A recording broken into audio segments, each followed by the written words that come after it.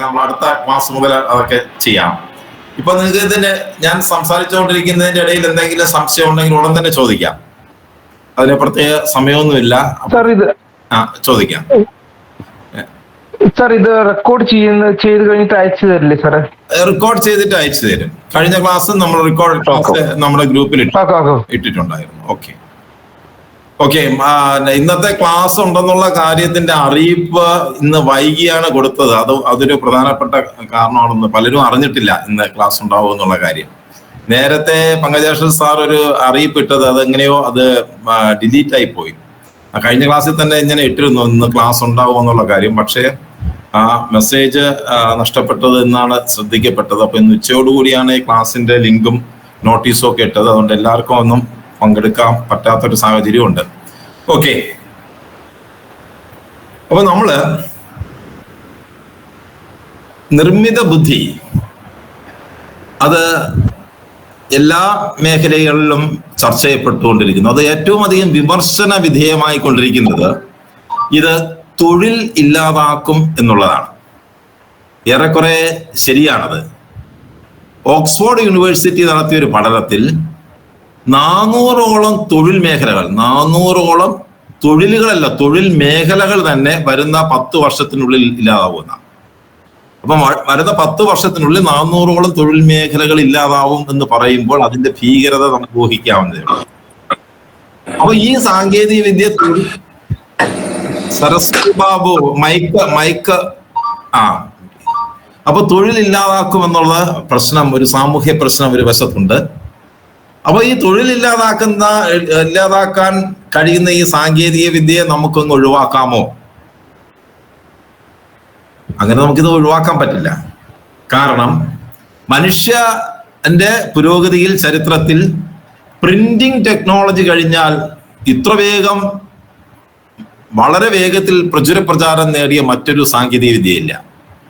അത്രയ്ക്ക് വേഗത്തിലാണ് ഈ ആർട്ടിഫിഷ്യൽ ഇന്റലിജൻസ് എന്ന് പറയുന്ന സാങ്കേതിക വിദ്യ ജനങ്ങളുടെ ഇടയിൽ പ്രചരിപ്പിച്ച് ജനങ്ങൾക്ക് അത് സഹായകരമായത്. അപ്പൊ ഈ സാങ്കേതിക വിദ്യയുടെ സഹായത്തോടു കൂടി തൊഴിൽ മേഖലകൾ പുനർക്രമീകരിക്കപ്പെടും. ഈ സാങ്കേതിക വിദ്യ അതായത് നിർമ്മിത ബുദ്ധി ഉപയോഗിക്കാൻ കഴിയാത്ത പലരും തൊഴിൽ മേഖലയിൽ നിന്ന് ഔട്ടാവും. അവരുടെ തൊഴിലുമായി ബന്ധപ്പെട്ട രീതിയിൽ നിർമ്മിത ബുദ്ധി ഉപയോഗിക്കുന്നതിന്റെ ഭാഗമായിട്ട് മാത്രമേ അവർക്ക് പിടിച്ചു നിൽക്കാൻ പറ്റുള്ളൂ. കഴിഞ്ഞ ദിവസം നിങ്ങളൊരു പത്രത്തിലൊരു വാർത്ത ഉണ്ടായിരുന്നു. ബ്രിട്ടനിൽ സംഗീതജ്ഞർ സമരം നടത്തുകയാണ്. സിനിമാ മേഖലയിലുള്ള സംഗീതജ്ഞർ, പാട്ട് പാടുന്നവർ, ഗായകർ. അവരുടെ വോയിസ് ആർട്ടിഫിഷ്യൽ ഇന്റലിജൻസിൽ വിധേയമാകുന്നതിന്റെ ഭാഗമായിട്ട് അവർക്ക് തൊഴിൽ നഷ്ടപ്പെടുന്നു. അതുപോലെ തന്നെ ഹോളിവുഡ്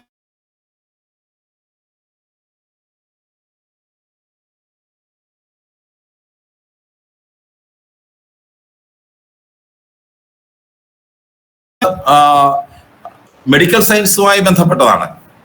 പാത്തോളജിസ്റ്റുകളും റേഡിയോളജിസ്റ്റുകളും ഭാവിയിൽ വരുന്ന ഒരു 3-4 വർഷത്തിനകത്ത് ഈ പാത്തോളജിസ്റ്റുകൾ റേഡിയോളജിസ്റ്റുകളുടെയും കോഴ്സുകൾ തന്നെ നിർത്താൻ സാധ്യതയുണ്ട്. അത് പൂർണ്ണമായിട്ടും AI ആയി കഴിഞ്ഞു. പല രാജ്യങ്ങളിലും പാത്തോളജിസ്റ്റുകളും റേഡിയോളജിസ്റ്റുകളും ഒക്കെ ഡ്യൂട്ടി ഡോക്ടർമാരായിട്ട് പോയിക്കൊണ്ടിരിക്കുക. അപ്പൊ ഇത് പല മേഖലകളിലും തൊഴിൽ നഷ്ടപ്പെടുത്തിക്കൊണ്ട് ഗ്രാഫിക് ഡിസൈനിങ് മേഖലകളിൽ ഭീമമായ രീതിയിൽ തൊഴിൽ നഷ്ടം ഉണ്ടാകുന്നുണ്ട്. ഇത് ഒരു വശത്ത്. മറ്റൊരു വശം നോക്കിക്കഴിഞ്ഞാൽ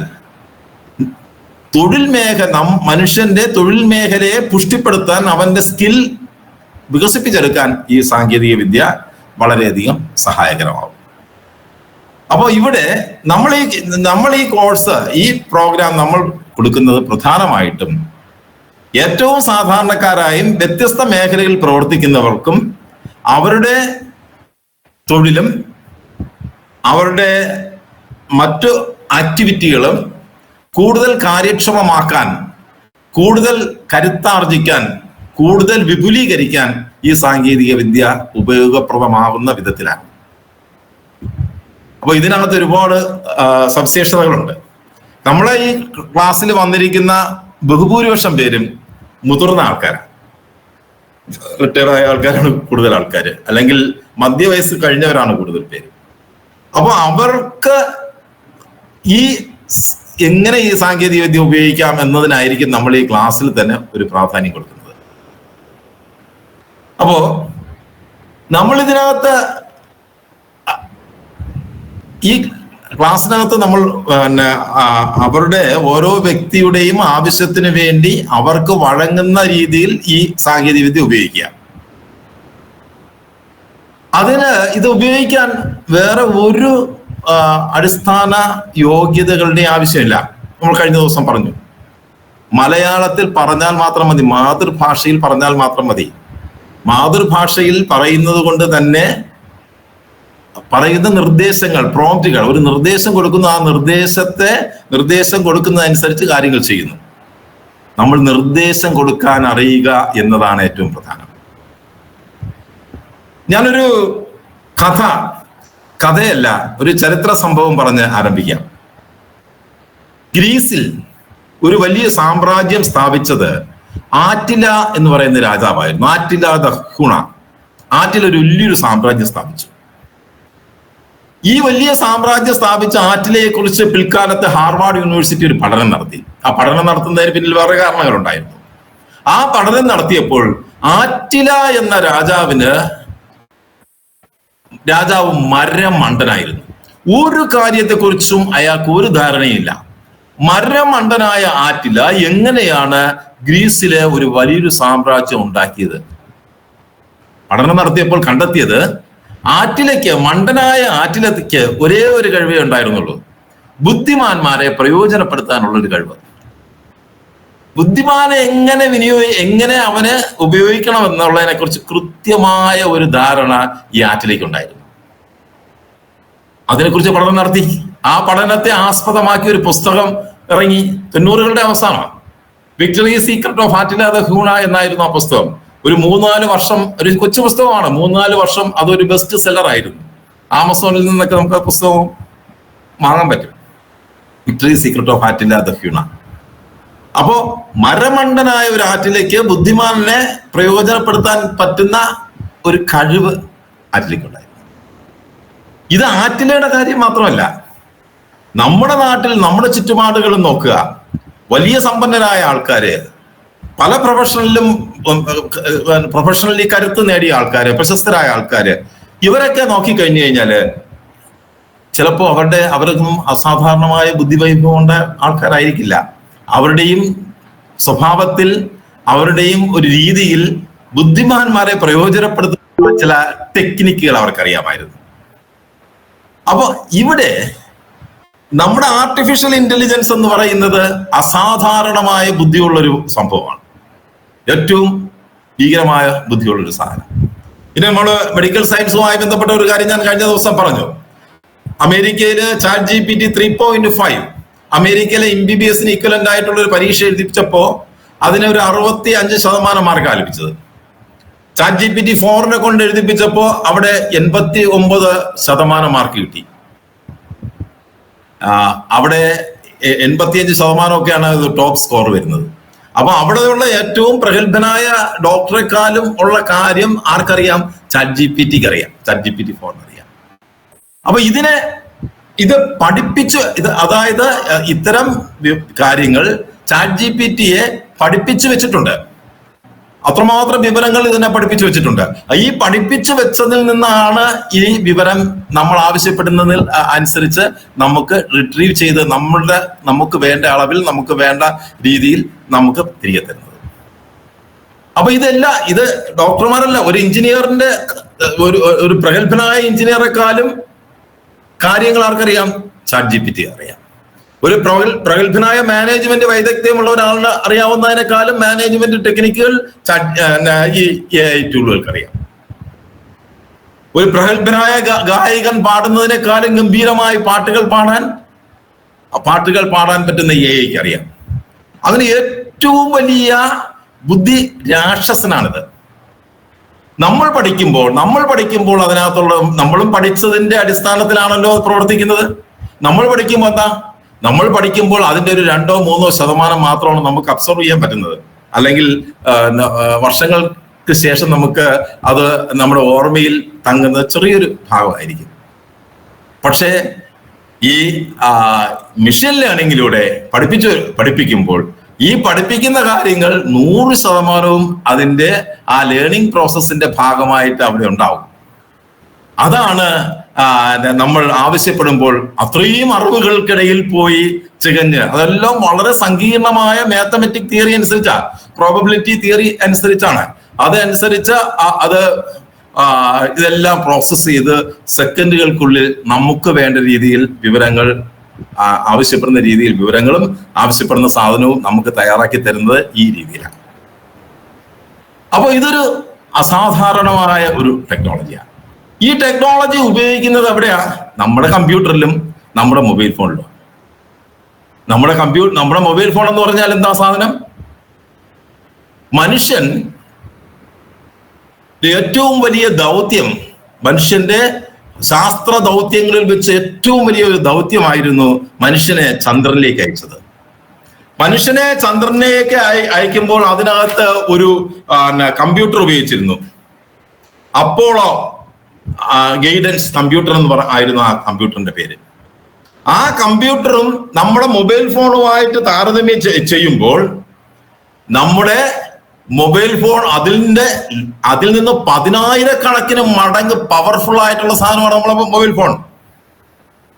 ആ മൊബൈൽ ഫോണിന്റെ അപ്പോളയുടെ റാം, അപ്പോള എന്ന് പറയുന്ന അപ്പോള ഗൈഡൻസ് കമ്പ്യൂട്ടറിന്റെ റാം എന്ന് പറയുന്നത് വെറും 72 KB ആയിരുന്നു.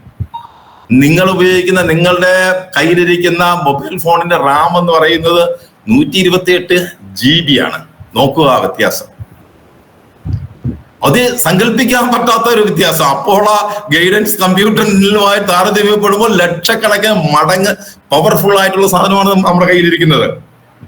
അതിന് 55 വാട്ട് പവർ ഉണ്ടായിരുന്നു ആ കമ്പ്യൂട്ടർ പ്രവർത്തിച്ചിരുന്നെങ്കിൽ നിങ്ങളെ ഇന്നത്തെ മൊബൈൽ ഫോൺ പിടിക്കാൻ 2 വാട്ട് കറണ്ട് മതിയാവും. അപ്പൊ നമ്മുടെ കയ്യിൽ ഇത് ഉപയോഗിക്കാനായിട്ടിരിക്കുന്ന ആയുധം എന്ന് പറയുന്നത് അതിശക്തമായ ഒരു ആയുധമാണ്. ഈ തന്നെ 10-20 വർഷങ്ങൾക്ക് മുമ്പൊക്കെ PSC പരീക്ഷയ്ക്ക് എഴുതിയ ആൾക്കാർ നമ്മുടെ കൂട്ടത്തിലുണ്ടാവും. അന്ന് PSCക്കൊക്കെ ചോദിക്കുന്ന ഒരു ചോദ്യമാണ് ഇന്ത്യയുടെ സൂപ്പർ കമ്പ്യൂട്ടർ, അല്ലെ? സൂപ്പർ കമ്പ്യൂട്ടറിന്റെ പേര് അറിയാമോ? ഇന്ത്യയുടെ സൂപ്പർ കമ്പ്യൂട്ടർ പണ്ട് PSC പരീക്ഷയൊക്കെ എഴുതുമ്പോ എല്ലാവരും പഠിച്ചു വെച്ചിരിക്കുന്ന ഒരു ചോദ്യമാണ്. ആർക്കെങ്കിലും പറയാമോ? നമ്മുടെ ഒരു സൂപ്പർ കമ്പ്യൂട്ടർ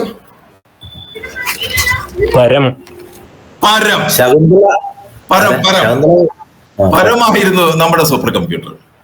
3 കോടി രൂപ മുടക്കിയായിരുന്നു 1991-95 ഇത് ഡെവലപ്പ് ചെയ്യുന്നത്. 3 കോടിയോളം. അപ്പൊ ഇന്നത്തെ കണക്കനുസരിച്ച് ഒരു 10-15 കോടി രൂപ വില വരും. അപ്പൊ ആ പരം എന്ന് പറയുന്ന ആ സൂപ്പർ കമ്പ്യൂട്ടറിന് രാജ്യത്തെ കാലാവസ്ഥാ രംഗത്തുള്ള ഗവേഷണം, കാലാവസ്ഥാ പ്രവചനം, ഗവേഷണം തുടങ്ങിയ വലിയ വലിയ കാര്യങ്ങൾക്ക് വേണ്ടിയാണ് ഈ പരം ഉപയോഗിച്ചിരുന്നത്. തദ്ദേശീയമായ ഒരു സൂപ്പർ കമ്പ്യൂട്ടർ വികസിപ്പിച്ച അപൂർവം ചില രാജ്യങ്ങളിലൊന്നായിരുന്നു ഇന്ത്യ. ആ സൂപ്പർ കമ്പ്യൂട്ടറിന്റെ റാം എന്ന് പറയുന്നത് 256 MB ആയിരുന്നു. ഇന്ന് നിങ്ങളുടെ കയ്യിലിരിക്കുന്ന മൊബൈൽ ഫോണിന്റെ റാം എത്രയാണ്? 128 GB.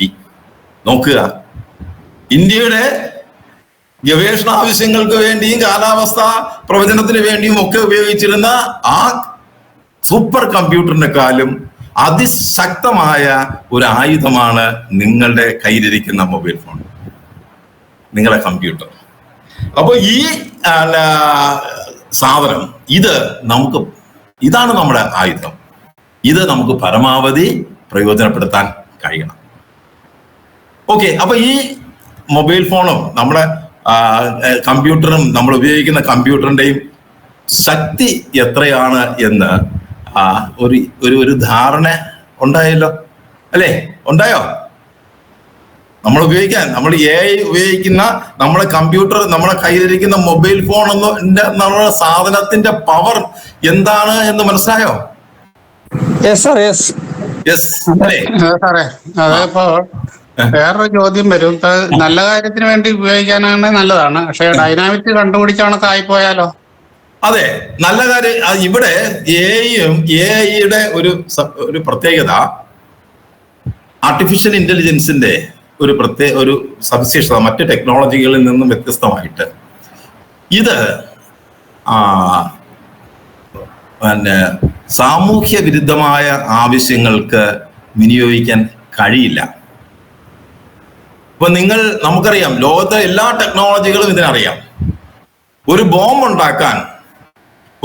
ഉണ്ടാക്കാൻ എന്നുള്ള കാര്യം കൃത്യമായിട്ടും നമ്മുടെ ചാറ്റ് ജിപിടിക്കോ ജെമിനിക്കോ മെറ്റയോടോ ചോദിച്ചു കഴിഞ്ഞാൽ അവർക്കറിയാം. പക്ഷെ അത് പറഞ്ഞില്ല. അങ്ങനെ ഒരു സിസ്റ്റം അതിനകത്തുണ്ട്. കാരണം അതാണ് ഇതിന്റെ ഒരു ചരിത്രത്തിന് ഇതിനൊരു പ്രധാനപ്പെട്ട ഘടകമുണ്ട്. ലോകത്തിൽ ആദ്യമായിട്ട് ഒരു AI, പൊതുജനങ്ങൾക്ക് ഉപയോഗിക്കാൻ പറ്റുന്ന ഒരു AI വികസിപ്പിച്ചെടുത്തത് മൈക്രോസോഫ്റ്റ് ആണ്. IA എന്ന് പറയുന്ന ഒരു AI ആപ്ലിക്കേഷൻ. ആ ആപ്ലിക്കേഷൻ ഇറങ്ങി 24 മണിക്കൂറിനകം അത് പൂട്ടേണ്ടി വന്നു. കറുത്ത വംശക്കാരായ ആൾക്കാരുടെ അവഹേളിക്കുന്ന വിധത്തിൽ അതിൽ നിന്ന് കാര്യങ്ങൾ ജനറേറ്റ് ചെയ്ത് വന്നതുകൊണ്ട് അത് വലിയ പ്രശ്നമായി. 24 മണിക്കൂറിനകത്ത് ആ AI പിൻവലിക്കേണ്ടി വന്നു. അത് കഴിഞ്ഞ് വർഷങ്ങൾക്ക് ശേഷമാണ് ഓപ്പൺ AI എന്ന കമ്പനി ചാറ്റ് GPT എന്ന് പറയുന്ന ഒരു ആപ്ലിക്കേഷൻ ഇറക്കുന്നത്. അപ്പോൾ അത് ഇറക്കിയപ്പോൾ അതിനകത്ത് ഏറ്റവും പ്രധാന പ്രശ്നം, ഓരോ രാജ്യങ്ങളുടെയും നിയമങ്ങൾക്കുള്ളിൽ നിന്ന്, ധാർമ്മികതകൾക്കുള്ളിൽ നിന്ന്, മൂല്യങ്ങൾക്ക് ഉള്ളിൽ നിന്ന് പ്രവർത്തിക്കുന്ന വിധത്തിൽ മാത്രമേ ഇത് പ്രവർത്തിപ്പിക്കാൻ പറ്റുള്ളൂ. നമ്മുടെ ഇന്റർനെറ്റില് ആർക്കും എന്ത് അപ്ലോഡ് ചെയ്യാം. ധാരാളം അശ്ലീല സൈറ്റുകളിലേക്ക് നമുക്ക് പോവാം. ഒരുപാട് ഓപ്ഷൻ ഉണ്ട്. അതേസമയം ഇന്റർനെറ്റിൽ നിന്ന് നിങ്ങൾക്ക് പടം ജനറേറ്റ് ചെയ്യാം. അശ്ലീലമായ ഒരു പടമാണ് നിങ്ങൾ ജനറേറ്റ് ചെയ്യാൻ ആവശ്യപ്പെടുന്നെങ്കിൽ അത് ജനറേറ്റ് ചെയ്ത് തരില്ല. നിങ്ങളൊരു ബോംബ് ഉണ്ടാക്കാനാണ് ചോദിക്കുന്നതെങ്കിൽ നിങ്ങൾക്ക് ഉത്തരം തരില്ല. നിങ്ങൾ ബോംബ് ഉണ്ടാക്കാൻ ഞങ്ങൾ പഠിപ്പിച്ചു തരില്ല. നിരന്തരമായിട്ട് നിങ്ങൾ ചോദിക്കുകയാണെങ്കിൽ അടുത്ത ദിവസം നിങ്ങളുടെ വീടിന്റെ മുമ്പിൽ പോലീസ് ഉന്നയിക്കും.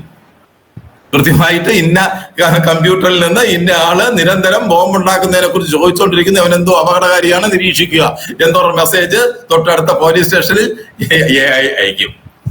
അതുകൊണ്ട് ഇതിനകത്ത് മനുഷ്യനെ അവഹേളിക്കപ്പെടുന്ന വിധത്തിൽ, ബോഡി ഷെയ്മിങ് നടത്തുന്ന വിധത്തിൽ, മതസ്പർദ്ധയും ഉണ്ടാക്കുന്ന വിധത്തിൽ ഉള്ള കാര്യങ്ങളൊന്നും ഈ AI ഉപയോഗിച്ച് നമുക്ക് ജനറേറ്റ് ചെയ്യാൻ പറ്റില്ല. അതേസമയം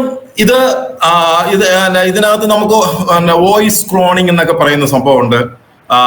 പടങ്ങളൊക്കെ നമുക്ക് ആൾക്കാരുടെ ചിത്രങ്ങളൊക്കെ നമുക്ക് മോർഫ് ചെയ്ത് അങ്ങനെയൊക്കെയുള്ള ചില വീഡിയോസ് ഒക്കെ ചെയ്യാൻ പറ്റുന്ന സാധനങ്ങളുണ്ട്.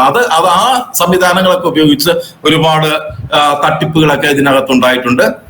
അപ്പൊ അങ്ങനെയുള്ളൊരു പ്രശ്നം ഒരു വശത്തുണ്ട്. പക്ഷെ അതെല്ലാം തന്നെ പിടിക്കപ്പെടാനൊക്കെ എളുപ്പവുമാണ്. ഓക്കെ, അപ്പൊ ധാർമ്മികതയ്ക്കും മൂല്യങ്ങൾക്കും ഉള്ളിൽ നിന്നുകൊണ്ട് പ്രവർത്തിക്കാൻ പറ്റുന്ന, നിയമത്തിന്റെയും ഉള്ളിൽ നിന്ന് പ്രവർത്തിപ്പിക്കാൻ പറ്റുന്ന ഒരു സാങ്കേതിക വിദ്യ എന്ന ഒരു സവിശേഷതയും ഈ AI-കൾക്കുണ്ട്. അത് കൂടുതൽ ആ രംഗത്ത് കൂടുതൽ പെർഫെക്റ്റ് ആയിക്കൊണ്ടിരിക്കുകയും ചെയ്യുന്നുണ്ട്. അപ്പൊ ആ തരത്തിലുള്ള ആശങ്ക ഇതിനകത്ത് വേണ്ട. ഇനി മറ്റൊരു ഇത്, മനുഷ്യൻ നമ്മൾ എന്ത് ചോദിച്ചാലും ഇത് നമ്മൾ പറയുന്നതൊക്കെ ചെയ്തിരുന്നു. അപ്പോ മനുഷ്യന്റെ ബുദ്ധി എന്ന് പറയുന്ന സാധനത്തിന്റെ ആവശ്യമില്ലാതായി പോവില്ലേ, മനുഷ്യൻ ചിന്തിക്കേണ്ട ആവശ്യമില്ലാതായി പോവില്ലേ എന്നൊക്കെ ഉള്ള ഒരു സ്വാഭാവികമായിട്ട് നമുക്കറിയാം. നമുക്കൊരു നോവൽ എഴുതാൻ പറഞ്ഞു കഴിഞ്ഞാൽ നോവൽ എഴുതി തരും, ഒരു കഥ എഴുതി തരാൻ പറഞ്ഞാൽ ഒരു കഥ എഴുതി തരും, പാട്ട് പാടാൻ പറഞ്ഞു കഴിഞ്ഞാൽ പാട്ടൊക്കെ എഴുതി തരും. പക്ഷേ ഈ രംഗത്ത് പ്രവർത്തിക്കുന്ന ആൾക്കാര്, അവരുടെ രംഗത്ത് പ്രവർത്തിക്കുന്ന ആൾക്കാർക്ക് മാത്രമേ ഇത് ഗംഭീരമായിട്ട് അല്ലെങ്കിൽ ഒരു പ്രചരിപ്പിക്കാനോ അല്ലെങ്കിൽ മറ്റൊരാൾ വായിപ്പിക്കാനോ, വായിച്ചോ അല്ലെങ്കിൽ ആസ്വദിച്ചോ അപ്രീഷിയേറ്റ് ചെയ്യാനോ അല്ലെങ്കിൽ പ്രൊമോട്ട് ചെയ്യാനോ പറ്റുന്ന ഒരു സാധനമായി ചെയ്യാൻ പറ്റുന്നത് ആ രംഗത്തുള്ള ആൾക്കാർക്കേ ഉള്ളൂ. ഇപ്പം നമ്മളൊരു ഒരു കഥയുടെ കഥാബീജം കൊടുത്തു, എന്നിട്ട് പറയാൻ ഒരു നോവൽ എഴുതി തരാൻ പറഞ്ഞു കഴിഞ്ഞാൽ ഒരു നോവൽ എഴുതി തരും. പക്ഷെ ആ നോവലിന് ഒരു റീഡബിലിറ്റിയോ ഒരു സെല്ലബിൾ വാല്യൂ ഒക്കെ ഒന്നും ഉണ്ടാവണമെന്നില്ല. അതേസമയം ഒരു നോവലിസ്റ്റ് ആ നോവൽ എഴുതുന്നതിന് വേണ്ടി ആർട്ടിഫിഷ്യൽ ഇന്റലിജൻസ് അവർക്ക് ഉപയോഗിക്കാം. ഉദാഹരണത്തിന് അവന് നല്ല ഭാഷാ വൈഭവം ഉണ്ട്, ഒരു നോവൽ എഴുതുന്നു. നോവൽ എഴുതുമ്പോൾ നോവലിന്റെ ഒരു കഥാപാത്രം ഒരു 5 സ്റ്റാർ ഹോട്ടലിൽ കയറി ഭക്ഷണം കഴിക്കുന്നത് ആ ഒരു രംഗത്തെ കുറിച്ചാണ് എഴുതേണ്ടത്. ആ സമയത്ത് ഈ നോവലിസ്റ്റിനെ സംബന്ധിച്ചിടത്തോളം 5 സ്റ്റാർ ഹോട്ടലിന്റെ സവിശേഷതകളൊന്നുമില്ല. അവിടെ ഏതൊക്കെ തരത്തിലുള്ള ഫുഡ് കിട്ടുമെന്ന് അറിഞ്ഞൂടാ, അവിടുത്തെ പ്രൊസീജിയർ എന്താണെന്ന് അറിഞ്ഞൂടാ. അപ്പൊ എയോട് ചോദിക്കുന്നു എന്താണ് ഒരു 5 സ്റ്റാർ ഹോട്ടലിന്റെ റെസ്റ്റോറന്റിന്റെ രീതി, അവിടെ ഇന്ന യുവാക്കൾ ഇന്ത്യക്കാരായ യുവാക്കൾക്ക് ഇഷ്ടമുള്ള 5 സ്റ്റാർ ഹോട്ടലിലെ ഫുഡ് ഏതാണ്, അപ്പൊ ആ ഫുഡിനെ കുറിച്ച് അവിടെ വിവരിക്കാം, അതിനെക്കുറിച്ച് വർണ്ണിക്കാൻ പറ്റുന്ന രീതിയിലുള്ള കാര്യങ്ങൾ, അങ്ങനെയൊക്കെയുള്ള രീതിയിൽ നമുക്ക് ഇതിനെ ഉപയോഗിക്കാൻ പറ്റും കവിത എഴുതുമ്പോൾ.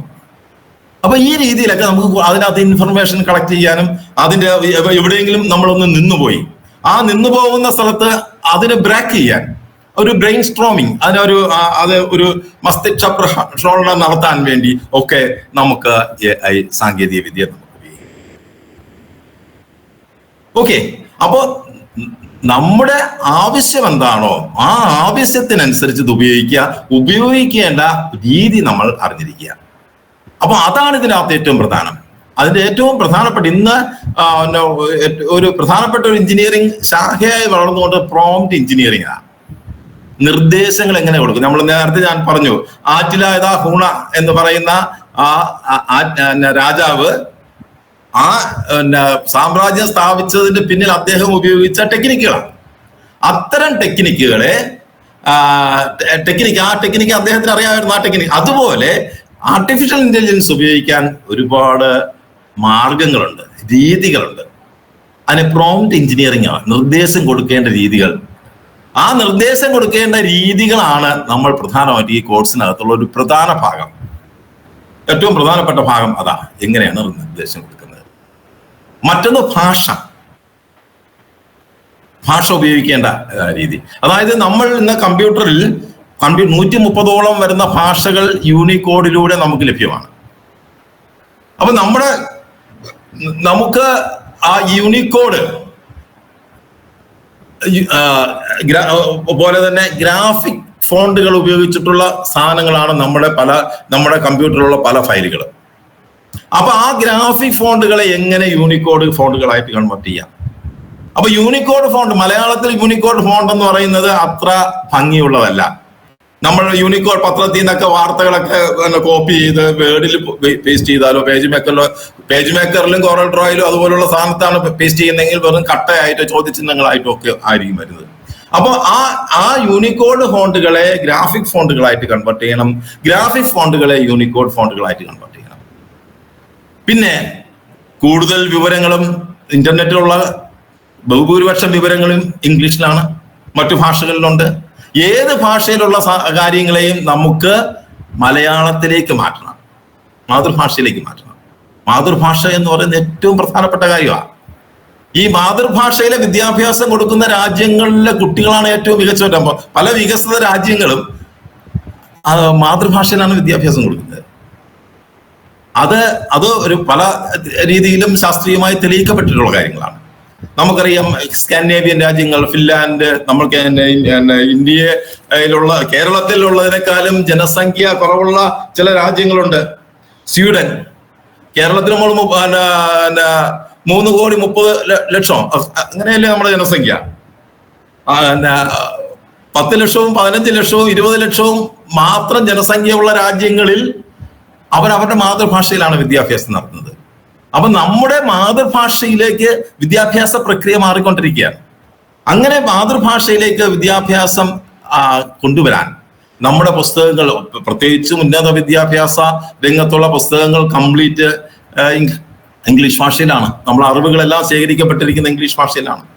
ആ പുസ്തകങ്ങളൊക്കെ തന്നെ നമുക്ക് മനസ്സിലാവുന്ന ഭാഷയിലേക്ക് മാറ്റാൻ നമുക്ക് AI സാങ്കേതിക വിദ്യ ഉപയോഗിക്കാം. അനുവാദിനി എന്ന് പറയുന്ന ഇന്ത്യ ഗവൺമെന്റ് ഒരു മദ്രാസ് IIT-യുടെ ആയിട്ടുള്ള ഒരു കൊളാബറേഷനിൽ അനുവാദിനി എന്ന് പറയുന്ന ഒരു AI പോർട്ടൽ ആരംഭിച്ചിട്ടുണ്ട്. ആ പോർട്ടലിന്റെ ഭാഗമായിട്ട് ഇന്ത്യയിലെ ഉന്നത വിദ്യാഭ്യാസ രംഗത്തുള്ള പുസ്തകങ്ങൾ മുഴുവൻ AI സാങ്കേതിക വിദ്യയുടെ സഹായത്തോടു കൂടി അത് മാതൃഭാഷയിലേക്ക് മാറ്റിക്കൊണ്ടിരിക്കുകയാണ്. അപ്പൊ അനുവാദിനിയിൽ തന്നെ ഇന്ത്യയിലെ ഒരു AI പോർട്ടലാണ് അനുവാദിനി. അനുവാദിനിയുടെ തന്നെ നമുക്ക് നമ്മുടെ PDF ആയിട്ട് ശേഖരിക്കപ്പെട്ടിരിക്കുന്ന പുസ്തകങ്ങളെയൊക്കെ അപ്ലോഡ് ചെയ്ത് നമ്മുടെ മാതൃഭാഷയിലേക്ക് മാറ്റാൻ പറ്റുന്ന സംവിധാനമൊക്കെ ഉണ്ട്. അതിങ്ങനെ മാറ്റാൻ പറ്റുന്ന രീതികളൊക്കെ നമ്മുടെ ഈ കോഴ്സിനകത്ത് വരുന്ന കാര്യങ്ങളാണ്. ഓക്കെ, അപ്പൊ ഞാൻ ഈ പറഞ്ഞത് ഇതിന്റെ ഒരു ആശങ്കകളും സാധ്യതകളെ കുറിച്ചുള്ള ഒരു ലഘുവായ ഒരു വിവരണമാണ്. നമ്മുടെ ഒരു ആദ്യ ഒരു അരമണിക്കൂർ ആവാൻ പോകുന്നു. ഇതുമായി ബന്ധപ്പെട്ട എന്തെങ്കിലും സംശയങ്ങളോ ചോദ്യങ്ങളോ ആശങ്കകളോ ഉണ്ടെങ്കിൽ അതൊന്ന് പറഞ്ഞു കഴിഞ്ഞാൽ അത് കഴിഞ്ഞിട്ട് നമുക്ക് അടുത്ത ഭാഗത്തേക്ക് പോവാം.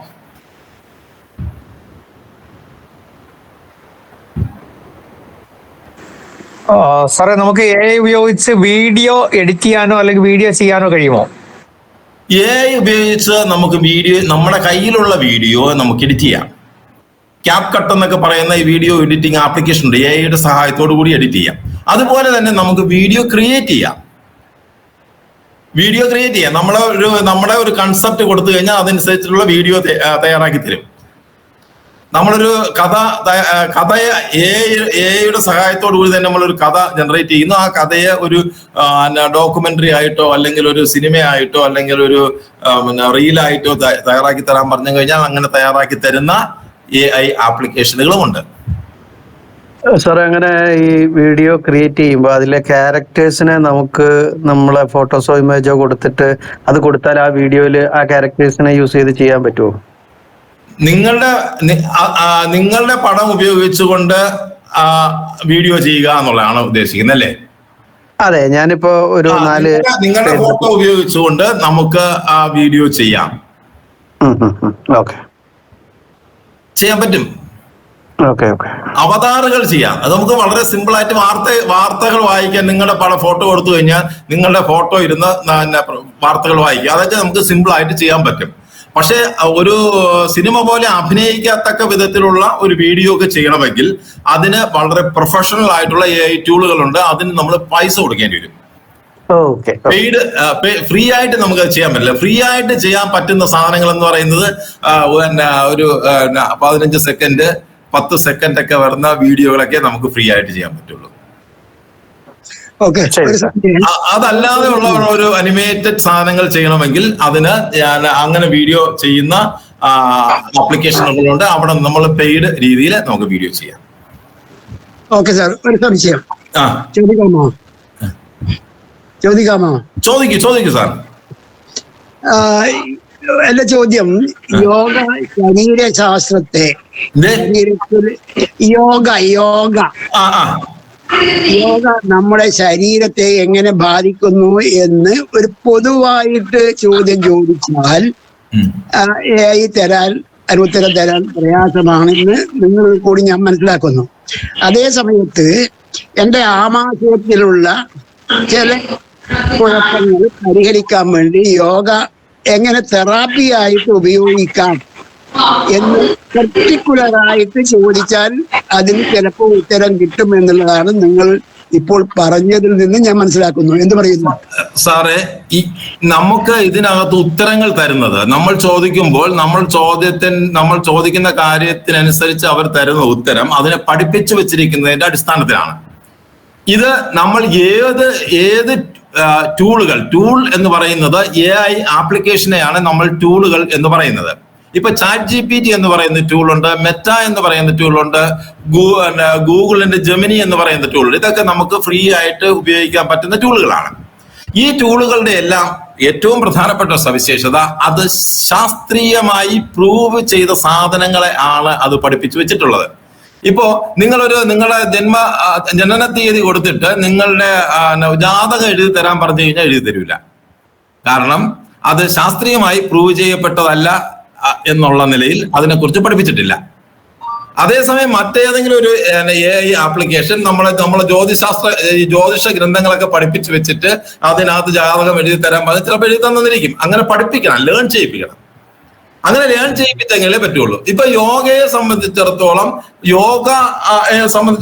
ഒരു പൊതുവെ അക്സെപ്റ്റ് ചെയ്യപ്പെട്ടിട്ടുള്ള ഒരു കാര്യമാണ്. യോഗയുടെ ഗുണങ്ങൾ എന്താണെന്നൊക്കെ ചോദിച്ചു കഴിഞ്ഞാൽ കൃത്യമായിട്ട് പറയുകയാണെങ്കിൽ നമുക്കിപ്പോ നോക്കാം. യോഗയുടെ ഗുണങ്ങൾ എന്താണെന്ന് ചോദിച്ചു കഴിഞ്ഞാൽ കൃത്യമായിട്ട് പറഞ്ഞു തരും. അപ്പൊ യോഗ മൂലം എങ്ങനെ ക്യാൻസർ ട്രീറ്റ് ചെയ്യാമെന്ന് ചോദിച്ചു കഴിഞ്ഞാൽ ചിലപ്പോൾ ഉത്തരം തരണമെന്നില്ല. ഉത്തരം തരണമെന്നല്ലാതെ അങ്ങനെ ശാസ്ത്രീയമായി പിന്നെ പ്രൂവ് ചെയ്യപ്പെട്ടിട്ടുള്ള സാധനമല്ല എന്നുള്ള രീതിയിലായിരിക്കും അത് പറയുന്നത്. സൽമാൻ പറഞ്ഞിരിക്കണോന്ന് എന്തേ സാർ അതാണ് പറഞ്ഞത്, പ്രോംപ്റ്റിംഗ് പഠിക്കുന്നതിന്റെ ആവശ്യം അതാണ്. പ്രോംപ്റ്റിംഗ് പഠിക്കുന്നതിന്റെ ആവശ്യമല്ല. പ്രോംപ്റ്റിംഗ് പഠിച്ചാലും ഇല്ലെങ്കിലും നമുക്ക് ഇത് പഠിച്ച ഇത് ആധികാരിക ഗ്രന്ഥങ്ങളും ആധികാരികമായ അതായത് ഗവേഷണ പ്രബന്ധങ്ങൾ, ആധികാരികമായ പുസ്തകങ്ങൾ, ജേർണലുകൾ ഇതെല്ലാമാണ് ഇതിനെ പഠിപ്പിച്ചു വെച്ചിരിക്കുന്നത്. അപ്പൊ ശാസ്ത്രീയമായ വിവരങ്ങളാണ് തരേണ്ടത്. അപ്പൊ ഞാൻ പറഞ്ഞു, ഇത് ലോകത്തിലെ നിയമങ്ങളെ എല്ലാം പ്രൊട്ടക്ട് അനുസരിച്ചു കൊണ്ടുള്ള ഒരു സാധനമാണ്. അപ്പോ ഫേക്കായിട്ടുള്ള വിവരം, വസ്തുതാപരമായ അല്ലാത്ത വിവരം, അശാസ്ത്രീയമായ വിവരങ്ങളൊക്കെ കാര്യങ്ങളൊക്കെ ഇത് ചോദിച്ചു കഴിഞ്ഞാൽ പറഞ്ഞു തരില്ല. ഇന്ത്യൻ ഇപ്പോ നമ്മൾ ചോദിക്കുകയാണ്, എന്റെ നാള് ഇന്ന നാള്, എന്റെ വയസ്സ് ഇത്രയായി, എന്റെ കല്യാണം എന്ന് നടക്കും, അല്ലെങ്കിൽ എനിക്ക് എന്നാണ് ജോലി കിട്ടുന്നത് എന്ന് ചോദിച്ചു കഴിഞ്ഞാൽ അത് പറഞ്ഞു തരില്ല. ഇനി നമ്മൾ ഈ പ്രോംപ്റ്റിങ്ങിന്റെ ഒരു രീതി വെച്ചിട്ട് ഞാനൊരു കഥ എഴുതുകയാണ്. ആ കഥയില് ഒരു കഥാപാത്രത്തിന്റെ കഥാനായകൻ ഞാനാണ്. എനിക്ക് ഇന്ത്യൻ ജ്യോതിശാസ്ത്ര പ്രകാരം എത്ര വിവാഹം എന്ന് നടക്കും എന്നതിനെ കുറിച്ചുള്ള ഒരു ഇത് ഉണ്ട്. അതിനു വേണ്ടി ഉള്ള ഒരു കഥ, അതിനു വേണ്ടി ഒന്ന് പറഞ്ഞു തരണം എന്ന് പറഞ്ഞു കഴിഞ്ഞാൽ ചിലപ്പോൾ പറഞ്ഞു തന്നിരുന്നു എനിക്ക്. അത് വസ്തുതാപരമല്ല. ഓക്കെ,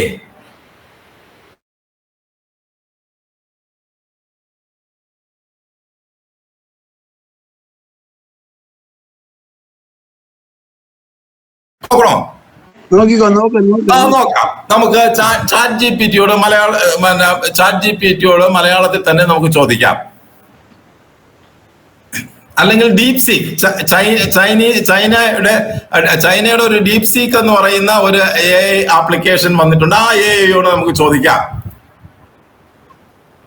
സാർ ഒരു ഡൗട്ട് ചോദിക്കൂ സാർ. സാർ, ഇപ്പോ നമ്മളുടെ ഇപ്പോഴത്തെ യൂസിന് വേണ്ടിയിട്ട് നമ്മളെ മൊബൈൽ ഇൻസ്റ്റാൾ ചെയ്യണം എന്ന് വിചാരിച്ചു കഴിഞ്ഞാൽ ഏത് ഇൻസ്റ്റാൾ ചെയ്യണം സാർ? കേട്ടില്ല. ഇപ്പോ ചാറ്റ് GPT എന്ന് പറയുന്നു, AI എന്ന് നമ്മളെ മൊബൈലിൽ ഒന്ന് ഇൻസ്റ്റാൾ ചെയ്യണമല്ലോ എങ്ങനെ വന്നാലും. അതെ, നമുക്ക് നാളത്തെ ക്ലാസ്സോ അല്ലെങ്കിൽ അതിന്റെ ശേഷമുള്ള ക്ലാസ്സുകളോ ഇത് ചെയ്യാന്നുണ്ടെങ്കിൽ അത് നമ്മുടെ ഈ ഓരോ നമുക്കിത് 2 മാസം ദൈർഘ്യമുള്ള ക്ലാസ്സുകളാണ്. ഓരോ ക്ലാസ്സിലും നമ്മൾ പഠിപ്പിക്കുമ്പോൾ ഇതിപ്പോ നമ്മുടെ ക്ലാസ്സിന്റെ ഭാഗമായിട്ടുള്ളതല്ല, ഒരു പൊതുവായിട്ടുള്ള ഒരു ക്ലാസ് ആണ്.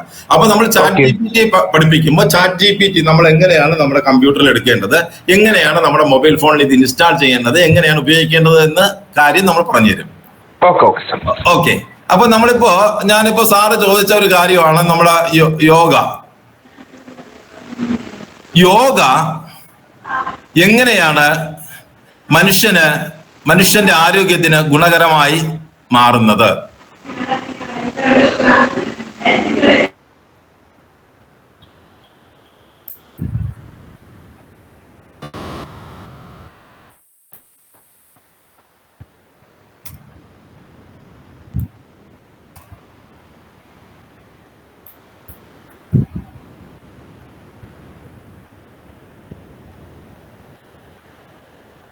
ഞാനിത് ഡീപ് സീക്കിനോടാണ് ചോദിക്കുന്നത്.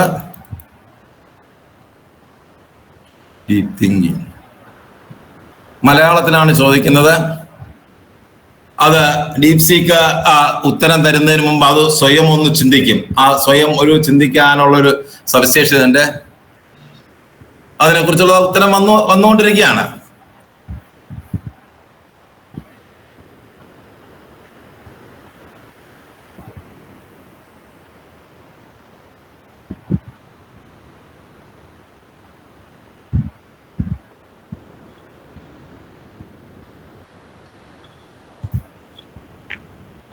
ഡീപ് സീക്ക് എങ്ങനെയാണ് ഇൻസ്റ്റാൾ ചെയ്യുന്നത് സാർ? ഡീപ് സീക്ക് എങ്ങനെയാണ് അത് നമ്മുടെ ക്ലാസ്സിൽ പറഞ്ഞുതരും സാർ. അത് ഇന്നിപ്പോ സമയമില്ല, നമുക്ക് ഓരോ ക്ലാസ്സിനും ഓരോ കാര്യങ്ങളായിട്ടാണ് പറയുന്നത്. സംശയം ചോദിച്ചത് അപ്പൊ നമ്മൾ ചോദിച്ചത് വളരെ എത്ര ഗംഭീരമായിട്ടാണ് പറയുന്നത്. നോക്ക്, മലയാളത്തിൽ ആ ഭാഷ നോക്കുക. അത് ഓരോ സബ് ടൈറ്റിലായിട്ട് ആരോഗ്യത്തെ എങ്ങനെ ബാധിക്കുന്നു,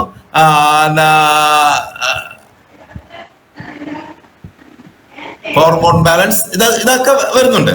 അപ്പൊ ഇതിനെ സാർ ഒരു സംശയം ചോദിക്കട്ടെ സാർ? ചോദിക്കും.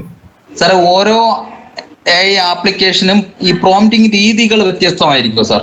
പ്രോംപ്റ്റിങ്ങിന്റെ നമ്മളെ പൊതുവായിട്ടുള്ള ഒരു രീതി കാണുമല്ലോ, അത് വ്യത്യസ്തമായിരിക്കുമോ? ഇല്ല, അങ്ങനെയല്ല. നമുക്ക് നമ്മുടെ ആവശ്യങ്ങൾക്കനുസരിച്ച് AI ടൂളുകൾ ഉപയോഗിക്കുന്നതാണ്. അതായത് ഇന്ന് നടന്ന ഒരു കാര്യം അറിയാൻ നമ്മൾ ChatGPT-യോടോ ജെമിനിയോടോ ചോദിച്ചാൽ ജെമിനിയും ChatGPT പറഞ്ഞു തരില്ല, കാരണം അത് പഠിച്ചിട്ടില്ല. ഇന്ന് നടന്ന ഒരു കാര്യം അറിയണമെങ്കിൽ മെറ്റയോട് ചോദിച്ചു കഴിഞ്ഞാൽ അത് പറഞ്ഞു തരും. പക്ഷെ രാഷ്ട്രീയമായ കാര്യങ്ങൾ പറഞ്ഞു തരില്ല. ഇന്നത്തെ അമേരിക്കയിലെ പോളിസിയെ കുറിച്ചോ ഇന്ത്യയിലെ ഏതെങ്കിലും കക്ഷി രാഷ്ട്രീയവുമായി ബന്ധപ്പെട്ട കാര്യമോ ചോദിച്ചു കഴിഞ്ഞാൽ പറഞ്ഞു തരില്ല.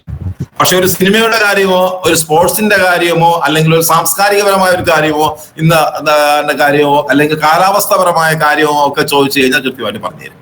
അപ്പൊ അങ്ങനെയുള്ള കാര്യങ്ങൾ അറിയണമെങ്കിൽ നമ്മൾ മെറ്റ ഉപയോഗിക്കുന്നു. അപ്പൊ ഇതിനകത്ത് നമ്മൾ ഈ ക്ലാസ്സിനകത്ത് നമ്മൾ കൃത്യമായിട്ട് എവിടെ നമ്മൾ ഏതൊക്കെ ആവശ്യങ്ങൾക്ക് വേണ്ടി നമ്മൾ ഡീപ്സീക്ക് ഉപയോഗിക്കണം, ഏതൊക്കെ ആവശ്യത്തിന് വേണ്ടി ഗ്രോക്ക് ഉപയോഗിക്കണം, ഏതൊക്കെ ആവശ്യത്തിന് വേണ്ടി മെറ്റ ഉപയോഗിക്കണം, ഏതൊക്കെ ആവശ്യത്തിന് വേണ്ടി ജെമിനി ഉപയോഗിക്കണം എന്നൊക്കെയുള്ള കാര്യങ്ങൾ നമ്മൾ ഈ ക്ലാസ്സിന്റെ ഓരോ ഭാഗം പഠിപ്പിക്കുമ്പോഴും കൃത്യമായി പറഞ്ഞു തരും. ഓക്കെ സാർ, ഇതിനകത്ത് വീഡിയോ എഡിറ്റിംഗ് പോലെയുള്ള കാര്യങ്ങൾ ഉണ്ടോ? ഈ നിങ്ങൾ തീർച്ചയായിട്ടും അത് നമ്മൾ നേരത്തെ ചോദിച്ചെന്നല്ലോ. വീഡിയോ നമുക്ക് എഡിറ്റ് ചെയ്യാം.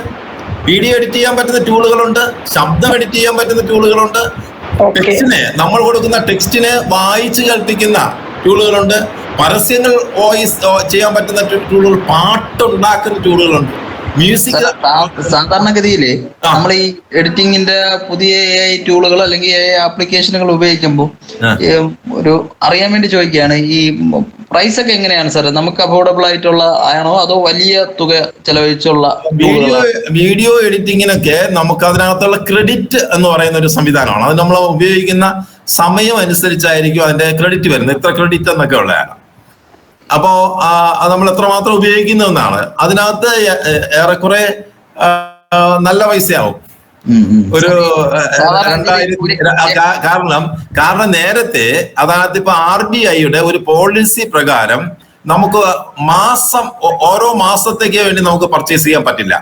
ഒരു വർഷത്തേക്ക് വേണ്ടി ഇപ്പൊ അവർ പരസ്യം ചെയ്യുമ്പോ ഒരു മാസത്തേക്ക് 1000 രൂപ എന്നായിരിക്കും വരുന്നത്. അപ്പൊ 1000 രൂപ കൊടുത്ത് നമ്മൾ വാങ്ങാൻ പോകുമ്പോ ഒരു മാസത്തേക്ക് 1000 രൂപ, നിങ്ങൾ ഒരു വർഷത്തെ പൈസ ആദ്യമേ അടയ്ക്കണം, 12000 രൂപ അടയ്ക്കേണ്ടി വരും. അങ്ങനെ ഒരു പ്രശ്നം ഈ അടുത്ത കാലത്ത് ഒരു RBI, കാരണം അതൊന്ന്. രണ്ടാമത്തെ പ്രശ്നം, നമ്മുടെ ഡെബിറ്റ് കാർഡ് വെച്ച് പർച്ചേസ് ചെയ്യാൻ പറ്റുന്ന ആപ്ലിക്കേഷനുകൾ വളരെ കുറവാണ്. ഇതുപോലുള്ള പ്രൊഫഷണൽ സാധനങ്ങളാണ്. അപ്പൊ നമ്മുടെ ക്ലാസ്സിനകത്ത് പറയുന്ന എല്ലാം കുറച്ചുകൂടി ഫ്രീ ആയിട്ട് ഉപയോഗിക്കാൻ പറ്റുന്ന സാധനങ്ങളാണ് കൂടുതൽ ഉപയോഗിക്കുന്നത്. അപ്പോ വീഡിയോ എഡിറ്റിംഗ് എന്ന് വെച്ച് കഴിഞ്ഞാൽ ഒരു ഹൈ എൻഡ് പ്രൊഫഷണൽ സാധനങ്ങളാണ്. അപ്പൊ അവിടെ നിങ്ങളൊരു പ്രൊഫഷണൽ ആണ് എങ്കിൽ നിങ്ങൾ അത് പർച്ചേസ് ചെയ്യേണ്ടി വരും. വർക്ക് ചെയ്ത് നമ്മൾ പുറത്ത് കൊടുക്കുകയാണ്. അതല്ല നിങ്ങളുടെ സ്വന്തമായ ആവശ്യം, നിങ്ങളുടെ സ്ഥാപനത്തിന്റെ പരസ്യത്തിനൊക്കെ വേണ്ടിയാണെങ്കിൽ നമുക്ക് പലതരത്തിലുള്ള ഫ്രീ ക്രെഡിറ്റുകൾ ഉപയോഗിച്ച് നമുക്ക് ചെയ്യാൻ പറ്റും. വ്യത്യസ്തമായ മെയിൽ ID ഒക്കെ ഉണ്ടാക്കി ഫ്രീ ക്രെഡിറ്റുകൾ ഉപയോഗിക്കുക. അതൊക്കെ നമ്മൾ ഈ ക്ലാസ്സിന്റെ ഭാഗമായിട്ട് അത്തരത്തിലുള്ള ചില ടെക്നിക്കുകളൊക്കെ പറഞ്ഞു തരും. ഓക്കെ, മനസ്സിലായോ സാർ? സർ മനസ്സിലായി. ഞാനൊരു ഡൗട്ട് ചോദിക്കാം സാർ. ഈ കഥ എഴുതുക, തിരക്കഥ, അതിനും ഈ സെയിം വീഡിയോ പിന്നെ കഥ എഴുതാൻ തിരക്കഥ എഴുതാൻ ഇപ്പൊ വീഡിയോ പോലുള്ള കാര്യങ്ങൾക്ക് വേണ്ടിയാണ് ഇതിനകത്ത് വേറെ എല്ലാം ഫ്രീ ആണ്. വീഡിയോ പോലുള്ള സാധനങ്ങൾക്ക് വേണ്ടിയാണ് ഈ പെയ്ഡിന്റെ ഒക്കെ ആവശ്യം വരുന്നത്. അതും നമുക്കൊരു ചെറിയ വീഡിയോ ഒക്കെ ആണെങ്കിൽ അതിന്റെ ആവശ്യമില്ല.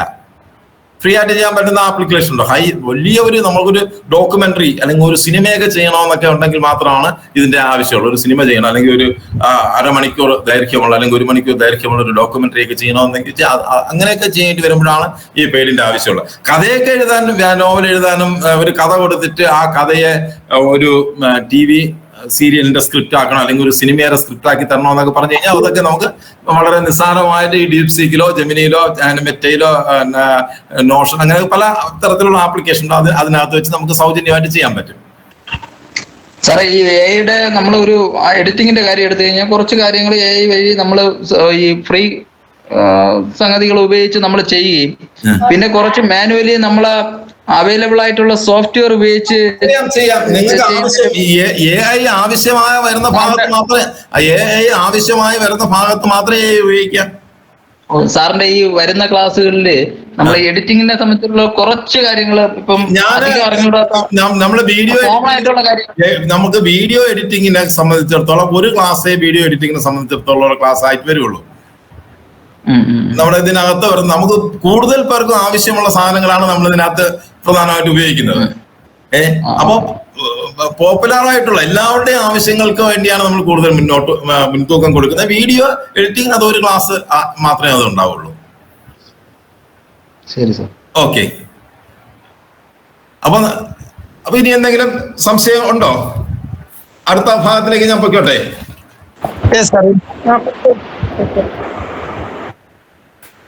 ഇനി രാധാകൃഷ്ണൻ സാർ പോയോ? ഉണ്ട് സാർ. നമ്മുടെ പാത്തോളജിസ്റ്റുകളുടെ റേഡിയോളജിസ്റ്റുകളുടെ ഒക്കെ കാര്യം കഷ്ടമാണ് കേട്ടോ സാർ. കഷ്ടാവും കുറച്ച് കഴിഞ്ഞാല്. അത് മാത്രല്ല സാറിന്റെ തൊഴിൽ മേഖല സുരക്ഷിതമാണ്. അതെ അതെ, എനിക്കൊന്നും ചെയ്യാൻ പറ്റില്ല. മെഡിസിൻ മേഖലയും ചിലപ്പോ കഷ്ടമാണ് കുറച്ച്. അതെ, മെഡിസിന്റെയും ഡയഗ്നോസിസും ട്രീറ്റ്മെന്റും ഈസിയാണ് ചെയ്യാനായിട്ട് AI ഉപയോഗിച്ചിട്ട്. സാർ കേട്ടില്ല. മെഡിസിനിലെ ഡയഗ്നോസും ട്രീറ്റ്മെന്റും ഡ്രഗ് പ്രിസ്ക്രിപ്ഷൻ ഒക്കെ തന്നെ കുറെ കൂടി ഈസി ആയിരിക്കുന്നു. തീർച്ചയായിട്ടും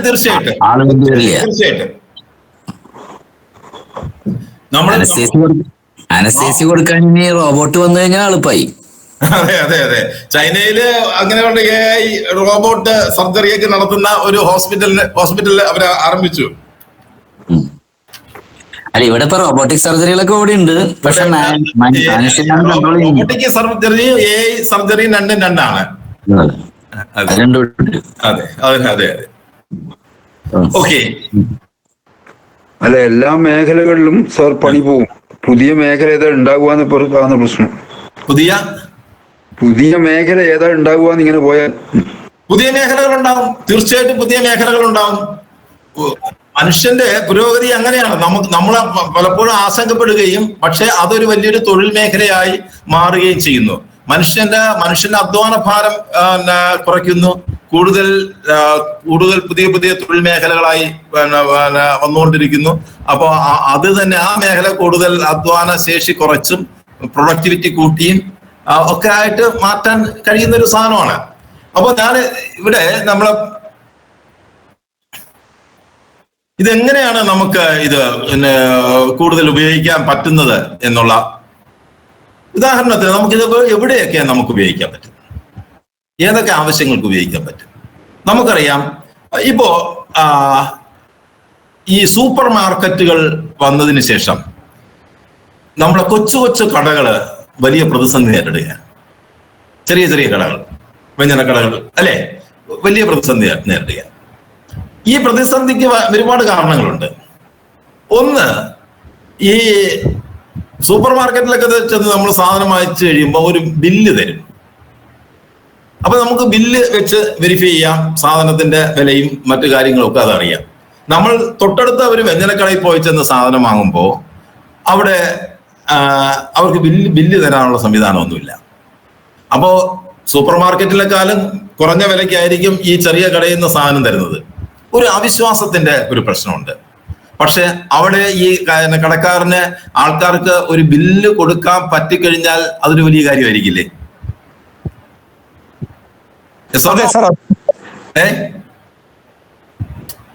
ഇപ്പൊ ഒരു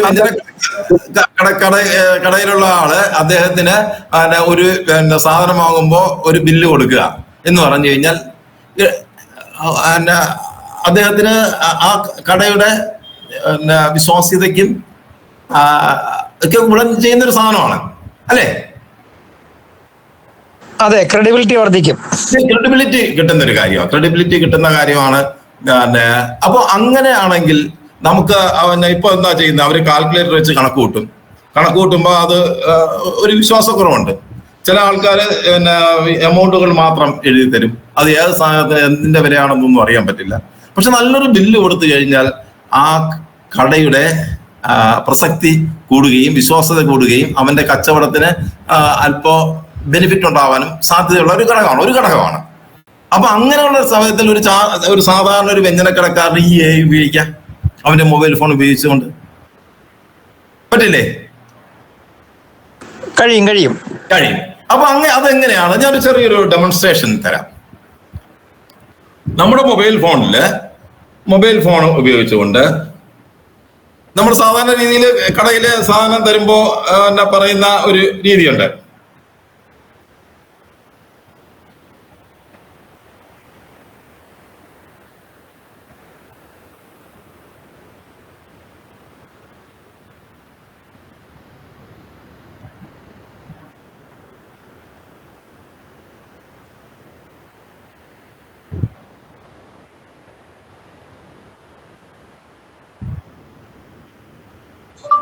അഞ്ച് കിലോ അരി 1 കിലോയ്ക്ക് 45 രൂപ 50 പൈസ.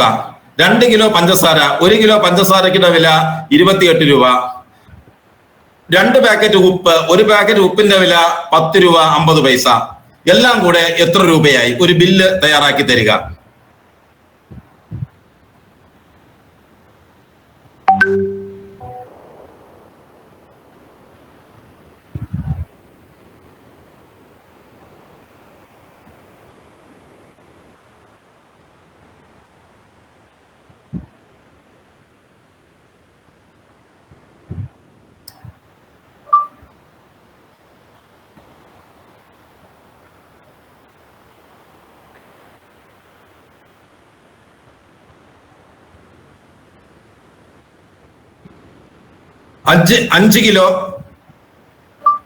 അഞ്ച് കിലോ അരി,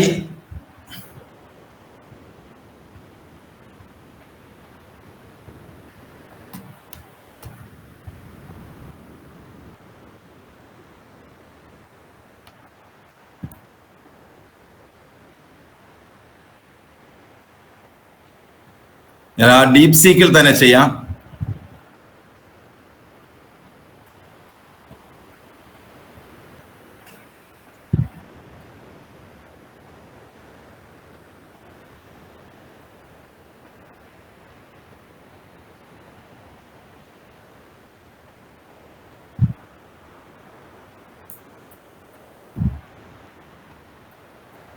അഞ്ച് കിലോ അരി 1 കിലോയ്ക്ക് 45 രൂപ 50 പൈസ. 2 കിലോ പഞ്ചസാര, 1 കിലോ പഞ്ചസാരയുടെ വില 28 രൂപ 25 പൈസ. 2 പാക്കറ്റ് ഉപ്പ്, 1 പാക്കറ്റ് ഉപ്പിന്റെ വില 15 രൂപ 10 പൈസ. 5 സോപ്പ്, 1 സോപ്പിന്റെ വില 15 രൂപ. എല്ലാം കൂടെ എത്ര രൂപയായി? കണ്ണൻസ് സ്റ്റോറിന് വേണ്ടി ഒരു ബില്ല് തയ്യാറാക്കി തരിക.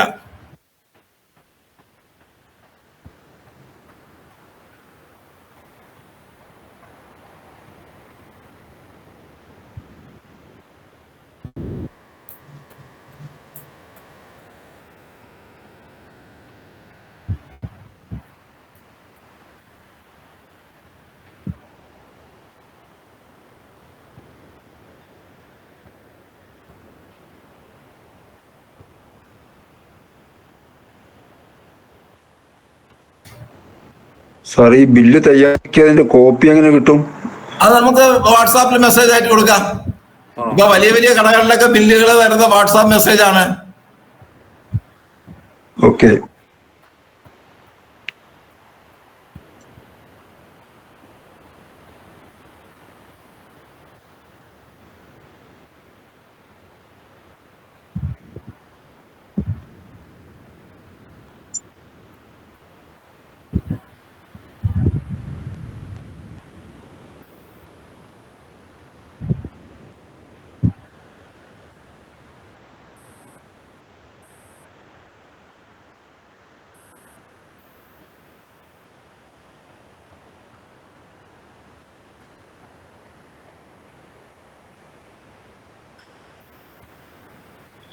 ഈ ജെമിനിയും മെറ്റയും ഒക്കെ എങ്ങനെ നമുക്ക് ഇപ്പൊ നിങ്ങള് കാണുന്നില്ലേ കണ്ണൻ സ്റ്റോറിനുള്ള ബില്ല് അളവ് 5 കിലോ വില, സോപ്പ്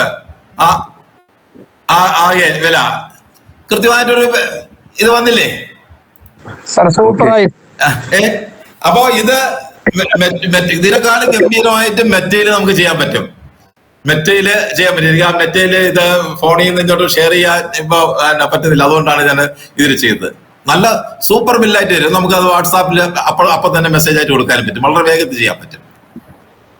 അപ്പൊ ഇതുപോലെ നമ്മുടെ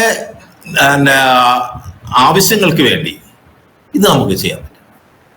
ഇപ്പൊ നമുക്ക് ഒരു വീട് വെക്കുന്നതിന് വീട് സാറേ ഒരു സംശയം ചോദിച്ചോട്ടെ? ചോദിച്ചോ. ഇപ്പൊ നമ്മൾ ഈ ബില്ല് ചെയ്തത് ഇത് ഡീപ് സീക്കിലാണോ ഇപ്പൊ ചെയ്തത്? ഞാൻ ചെയ്ത ഡീപ് സീക്ക് അതിൽ വേണോ ചെയ്യാം. ഞാനിതിപ്പോ ഡീപ് സീക്ക് ഞാൻ ചോദിച്ചത് ഇപ്പൊ നമ്മൾ ഈ ഡീപ് സീക്ക് ഫ്രീ വേർഷനിൽ ഇത് ചെയ്യുമ്പോ ഇപ്പൊ ഒരു കൺവെൻഷണൽ സ്റ്റോർ ആണ്, ഒരു ദിവസം എത്ര ബില്ല് വരെ? ഇപ്പൊ ഞാൻ ചാറ്റ് GPT ഒക്കെ ഇടയ്ക്ക് യൂസ് ചെയ്യുമ്പോ ഇപ്പൊ നമ്മള് കണ്ടിന്യൂസ് ആയിട്ട് 5 or 6 ഒക്കെ ചെയ്ത് കഴിഞ്ഞാല് നമുക്ക് ബില്ല് ചെയ്യാനായിട്ട് ഞാൻ പഠിപ്പിക്കുന്നത് മെറ്റയാണ്. മെറ്റയില് എത്ര ബില്ല് വേണോ ചെയ്യാം. മെറ്റയില് ചെയ്യുമ്പോൾ ഉള്ള ഒരു സൗകര്യം എന്ന് പറയുന്നത് മെറ്റയിന്ന് ബില്ല് നമുക്ക് വാട്സാപ്പിലേക്ക് പെട്ടെന്ന് തന്നെ മെസ്സേജ് ചെയ്യാം. ഡീപ് സീക്കിലാവുമ്പോൾ അത് ഒരു തിങ്കിങ് പ്രോസസ് പോലെ ഡീപ് സീക്കിലുണ്ട്. അത് തിങ്കിങ് പ്രോസസ് കൂടുതൽ സമയമെടുക്കും. മനസ്സിലായില്ലേ? അപ്പൊ കൃത്യമായിട്ടുള്ള മെച്ചപ്പെട്ട ഒരു ബില്ല് തയ്യാറാക്കാൻ പറ്റുന്ന സാധനം എന്ന് പറയുന്നത് മെറ്റ AI ആണ്. അത് വാട്സാപ്പിൽ തന്നെ ചെയ്യാം. എളുപ്പത്തിൽ നമ്മൾ ഈ സാധനം കടയിൽ സാധനം എടുത്ത് വെക്കുമ്പോൾ കടക്കാർ ഈ കാര്യം ഇങ്ങനെ പറയുമ്പോൾ തന്നെ ബില്ലാക്കാറുണ്ട്. കാൽക്കുലേറ്റർ നമ്മുടെ കൊച്ചു കച്ചവടത്തെ എത്രമാത്രം സഹായിച്ചു, ഒരു ഘട്ടത്തിൽ സഹായിച്ചു. ഇനി രണ്ടാം ഘട്ടത്തില് ഈ കടന്നുകയറ്റം സൂപ്പർ മാർക്കറ്റുകളുടെ കടന്നുകയറ്റത്തെ നമുക്ക് ഇതുപോലെ AI ഉപയോഗിച്ച് നമുക്ക് പ്രതിരോധിക്കാൻ പറ്റും. മനസ്സിലായി? അപ്പൊ ഏത് ആവശ്യമാണെങ്കിൽ പോലും നമുക്ക് ഇതിനകത്ത് ഉപയോഗിക്കാൻ പറ്റും. ഓക്കെ സാർ, ഒരു സംശയം ചോദിക്കട്ടെ? ഈ മെറ്റയില് പിന്നെ മലയാളം സപ്പോർട്ട് ആവുന്നുണ്ടോ? മെറ്റയില് നമുക്ക് മലയാളത്തിൽ ചോദിക്കാം. മലയാളത്തിൽ ചോദിച്ചു കഴിഞ്ഞാൽ അതില് മലയാളത്തിൽ നിന്ന് മലയാളത്തിൽ ജനറേറ്റ് ചെയ്ത് ഏതാണ്ട് ഒരു പകുതി ആവുമ്പോ ജനറേറ്റ് ചെയ്യുന്ന നമുക്ക് കാണാൻ പറ്റും. ഏതാണ്ട് പകുതി ആവുമ്പോ അത് ജനറേഷൻ നിർത്തും. എന്നിട്ട് പറയും, ഞാൻ മലയാളം പഠിച്ചുകൊണ്ടിരിക്കുകയാണ്, അല്പം വെയിറ്റ് ചെയ്യുക, കുറച്ച് ദിവസത്തിനുള്ളിൽ ഞാൻ മലയാളം പഠിച്ചു കഴിയും എന്നൊക്കെ പറയും. അപ്പൊ അവിടെ നമുക്ക് മെറ്റയില് മലയാളത്തിൽ പറഞ്ഞ് ഇംഗ്ലീഷിലേക്ക് നമുക്ക് പ്രോംപ്റ്റ് കൊടുക്കാനും ആ ഇംഗ്ലീഷിൽ ജനറേറ്റ് ചെയ്യാനും ഇംഗ്ലീഷിൽ ജനറേറ്റ് ചെയ്യുന്ന സാധനങ്ങൾ വേണമെങ്കിൽ അതിന്റെ മലയാളത്തിലേക്ക് ആക്കാനും ഒക്കെ നമ്മൾ ഈ കോഴ്സിന്റെ ആദ്യത്തെ ഭാഗത്തിൽ നമ്മൾ പഠിപ്പിക്കുന്നത് ഇതൊക്കെയാണ്. പിന്നെ മറ്റൊരു കാര്യം, ഇതില് ഈ ബില്ല് ഉണ്ടാക്കുന്നത് നമുക്ക് PDF ആയിട്ട് അങ്ങനെ PDF ആയിട്ട് കൺവേർട്ട് ചെയ്യാം, PDF ആയിട്ട് കൊടുക്കാം, ബില്ലിനെ PDF ആയിട്ട് കൊടുക്കാം. PDF നമ്മുടെ ഈ കോഴ്സിന്റെ PDF എന്ന് പറയുന്ന ഒരു ഭാഗമാണ്. PDF എന്ന് പറയുന്നത് നമുക്ക് ഒരു PDF ഒരു ഇമേജിനെ PDF ആക്കണം, ടെക്സ്റ്റിനെ PDF ആക്കണം, ഒരു PDF ഫയലിനെ പലതായിട്ട് സ്പ്ലിറ്റ് ചെയ്യണം, PDF ഫയലിൽ നമുക്ക് സൈൻ ചെയ്യണം, PDF ഫയലില് നമ്പർ കൊടുക്കണം, PDF ഫയലിനെ കംപ്രസ് ചെയ്യണം, PDF ഫയലിനെ പ്രൊട്ടക്ട് ചെയ്യണം, PDF ഫയലിനെ ട്രാൻസ്ലേറ്റ് ചെയ്യണം, രണ്ട് PDF ഫയലിനെ മെർജ് ചെയ്ത് ഒന്നാക്കണം, PDF ഫയലിനെ പ്രൊട്ടക്റ്റ് ആയ PDF ഫയലിനെ അൺപ്രൊട്ടക്റ്റ് ആക്കണം. ഇങ്ങനെയൊക്കെയുള്ള പല ആവശ്യങ്ങൾ PDF വരും. അപ്പൊ PDF നമ്മുടെ ഇതിനകത്ത് PDF AI ഉപയോഗിച്ച് PDF ഫയലിനെ നമുക്ക് ഇഷ്ടമുള്ള രീതിയിൽ മാനിപ്പുലേറ്റ് ചെയ്യാൻ പറ്റുന്ന ഒരു സാധനമാണ്. അത് നമ്മുടെ ഈ കോഴ്സിന്റെ ഭാഗമാണ്, AI in PDF. Okay sir. Okay sir, ഒരു കാര്യം ചോദിച്ചോട്ടെ? നമ്മൾ ഇപ്പൊ എന്റെ കയ്യിൽ ഒരു ടെക്സ്റ്റ് ഉണ്ടെന്ന് കരുതാം, മറ്റു ഭാഷയിലുള്ള ഒരു ടെക്സ്റ്റ് ബുക്ക്. അതിനെ നമ്മുടെ ഭാഷയിലോട്ട് എങ്ങനെ ട്രാൻസ്ലേറ്റ് ചെയ്യാം? കയ്യിലാണ് എന്റെ AI ഒക്കെ ഇരിക്കുന്നത്, മൊബൈൽ ഫോണിലോ കമ്പ്യൂട്ടറിലാണ്. പക്ഷെ ഈ ബുക്കിനെ, ഈ ടെക്സ്റ്റിനെ എങ്ങനെ നമുക്ക് വഴിമാറ്റം നടത്താൻ പറ്റും? നിങ്ങളുടെ ഇരിക്കുന്ന പുസ്തകമാണ്, പ്രിന്റഡ് പുസ്തകമാണ്. പ്രിന്റഡ് പുസ്തകത്തെ നമുക്ക് ആ പ്രിന്റഡ് പുസ്തകത്തിന്റെ പ്രിന്റഡ് പേജുകളെ നമുക്ക് സ്കാൻ ചെയ്യുക മാത്രമേ മാർഗമുള്ളൂ. അപ്പൊ ഒരു സ്കാനിങ്ങിന് ഇപ്പൊ ഒരു ഡിവൈസ് ഇറങ്ങിയിട്ടുണ്ട്, AI ഡിവൈസ് ഇറങ്ങിയിട്ടുണ്ട്. ആ സ്കാനിങ്, എന്റെ പേര് ഞാൻ മറന്നുപോയി ഇപ്പൊ പറയാൻ. ആ സ്കാനിങ് മെഷീൻ വെച്ച് അതിനകത്ത് വലിയ വിലയൊന്നുമില്ല, 20,000-25,000 രൂപ വിലയുള്ളൂ. ആ സ്കാനിങ് മെഷീനിൽ കൊടുത്തു കഴിഞ്ഞാൽ 9 മിനിറ്റിൽ 500 പേജുകൾ സ്കാൻ ചെയ്യും. അതായത് നമ്മള് ബാങ്കില് നോട്ടെണ്ണുന്ന മെഷീനില്ലേ, നോട്ട് എണ്ണുന്ന മെഷീൻ വെച്ച പോലെ ഈ ഒരു പുസ്തകം വെച്ച് കൊടുത്തു കഴിഞ്ഞാൽ 9 മിനിറ്റ് കൊണ്ട് നമുക്ക് 500 പേജ് സ്കാൻ ചെയ്ത് തരും. അപ്പൊ അത് എത്ര വേഗത്തിലാണെന്ന് നോക്കുക. ഇത് വലിയ AI കമ്പനികളൊക്കെ ഒരു പുസ്തകം അതിനകത്ത് ഇട്ട് കൊടുത്തു കഴിഞ്ഞാൽ ഏതാനും സെക്കൻഡുകളാണ് അത് സ്കാൻ ചെയ്തെടുക്കുന്നത്. ശരി ശരി ശരി ശരി. അപ്പൊ അങ്ങനെയുള്ള AI ടൂളുകൾ, AI ഡിവൈസുകളും വരുന്നുണ്ട്. ഇപ്പൊ എനനെക് എന്ന് പറയുന്ന ഒരു AI ഡിവൈസ് ഉണ്ട്. എനനെക് എന്ന് പറയുന്ന AI ഡിവൈസ് എന്ന് പറയുന്നത് നമ്മുടെ ഒരു എന്താ പറയാ, ഒരു പേഴ്സിന്റെ അത്രേ വരുള്ളൂ, ഫോണിന്റെ അത്ര പോലും ചെറിയൊരു സാധനമാണ്. അപ്പൊ ഈ അത് വെച്ചിട്ട് നമുക്ക് ഏത് ഭാഷയിലുള്ള ആളുമായിട്ടും കോൺവെർസേഷൻ, നമ്മൾ പതുക്കെ മലയാളത്തിൽ പറയുന്നു, ഒരു ചൈനക്കാരനാണ് നിൽക്കുന്നത്, അയാൾ ചൈനയിൽ കേൾക്കും, അതിൽ ചൈനീസ് ഭാഷയിൽ പറയുന്നത് നമുക്ക്. അതിന്റെ AI ആപ്ലിക്കേഷൻ നമ്മുടെ മൊബൈൽ, അത് നമ്മുടെ കോഴ്സിന്റെ ഭാഗമായിട്ടും ഉണ്ട്. ഞാൻ അടുത്ത കാലത്ത് ഒരു ക്ലാസ് എടുക്കാൻ വേണ്ടി തമിഴ്നാട്ടിൽ പോയി. ഞാൻ മലയാളത്തിൽ പറഞ്ഞു, ഒരു സ്പീക്കർ നടുക്ക് വെച്ചു, ഞാൻ മലയാളത്തിൽ പറയുന്നത് ലൈവായിട്ട് എന്നെ തമിഴിൽ കേൾക്കുന്നു, ആൾക്കാർ സംശയങ്ങൾ തമിഴിൽ പറയുന്നു, ഞാൻ എന്റെ ഹെഡ്ഫോൺ വെച്ച് മലയാളത്തിൽ കേട്ടു. അല്ലേ? ഇത് നമുക്ക് എഐയില് നിങ്ങളുടെ മൊബൈൽ ഫോണിൽ ഈ സാധനമൊക്കെ ഉണ്ട്. നിങ്ങളുടെ മൊബൈൽ ഫോണിൽ ഈ സാധനങ്ങളുണ്ട്. AI ChatGPT വരുന്നതിന് മുമ്പ് തന്നെ നിങ്ങളുടെ മൊബൈൽ ഫോണിൽ AI ക്യാമറയുണ്ട്. ആ AI ക്യാമറ ഉപയോഗിച്ച് നിങ്ങൾക്ക് ഏത് ഭാഷയിലുള്ള കാര്യവും വായിക്കാം. നമ്മൾ ഈ ബുക്ക്, സാറ് ഈ പറഞ്ഞല്ലേ ബുക്ക്, എനനെക്കിന്റെ ഒന്നും വേണ്ട, സ്കാനറിന്റെ ആവശ്യമില്ല. സാറ് പറയുന്ന ആ ബുക്ക് ലൈവായിട്ട് ഈ സാറിന്റെ മൊബൈൽ ഫോൺ വെച്ച് വായിക്കാം, സിമ്പിൾ ആയിട്ട്. സാറിന്റെ മൊബൈൽ ഫോൺ വെച്ച് ഇപ്പൊ ഇന്ന് തന്നെ വേണമെങ്കിലും വായിക്കാം. അതേത് ടൂളാണ് സാർ? അതൊരു ടൂളും അല്ല, ഇത് പണ്ടിട്ട് AI വരുന്നതിന് മുമ്പ് ഈ സാറിന്റെ മൊബൈൽ ഫോണിലുണ്ട്. ഗൂഗിൾ ലെൻസ് എന്ന് പറയുന്നത്, ഗൂഗിൾ ലെൻസ് ഇൻസ്റ്റാൾ ചെയ്യുക. ഗൂഗിൾ ലെൻസ് ട്രാൻസ്ലേറ്റ് ചെയ്താൽ മതി. 130ഓളം ഭാഷയിൽ ട്രാൻസ്ലേറ്റ് ചെയ്യാം. ഏത് ഭാഷയിലുള്ള ബുക്ക് വായിക്കാം, ഈസി ആയിട്ട് വായിക്കാം. അതെ അതെ അതെ അതെ. ഓക്കെ ഓക്കെ, ശരി, ഓക്കെ സാർ. അപ്പൊ ഇതുപോലുള്ള ഏത് കാര്യവും നമുക്ക് നിങ്ങൾ ഇമേജ് ചെയ്യുന്ന ഏത് കാര്യവും ഇത് ഉപയോഗിച്ച് സാധ്യമാണ്. ഇമേജ് ചെയ്യുന്ന ഏത് കാര്യവും. അപ്പൊ അത് ഉപയോഗിക്കാനുള്ള കുറെ ടെക്നിക്കുകൾ ആണ് നമ്മൾ പ്രധാനമായിട്ടും ലേണിംഗ്. ഇപ്പൊ നമുക്ക് പുസ്തകം നമുക്കറിയാം. ഇപ്പോ ഗൂഗിളിന്റെ നോട്ട്ബുക്ക് ML എന്ന് പറഞ്ഞിട്ടൊരു ആപ്ലിക്കേഷൻ ഉണ്ട്, നോട്ട്ബുക്ക് ML. ഈ നോട്ട്ബുക്ക് ML എന്ന് പറയുന്ന ഒരു സൗജന്യമായിട്ട് നമുക്ക് ഉപയോഗിക്കാം, പെയ്ഡും ഉണ്ട്. ഈ നോട്ട്ബുക്ക് ML നമുക്ക് 50 പുസ്തകങ്ങൾ നമുക്ക് അപ്ലോഡ് ചെയ്യാം. ഈ 50 പുസ്തകം അപ്ലോഡ് ചെയ്തിട്ട് PDF ആയിട്ടോ അല്ലെങ്കിൽ വെബ്സൈറ്റുകളായിട്ടോ വീഡിയോ ആയിട്ടോ ഒക്കെ ഉള്ള 50 സാധനങ്ങൾ അപ്ലോഡ് ചെയ്തിട്ട് ഈ 50 സാധനത്തിൽ നിന്ന് നമ്മൾ പറയുന്ന വിവരങ്ങൾ പ്രോസസ് ചെയ്ത് തരാൻ പറഞ്ഞു കഴിഞ്ഞാൽ പ്രോസസ് ചെയ്ത് തരും. ഈ 50 ബുക്കും സെക്കൻഡുകൾ കൊണ്ട് ഈ 50 ബുക്കുകളും പഠിച്ച് നമ്മൾ പറയുന്ന രീതിയിൽ അത് പ്രോസസ് ചെയ്ത് തരും.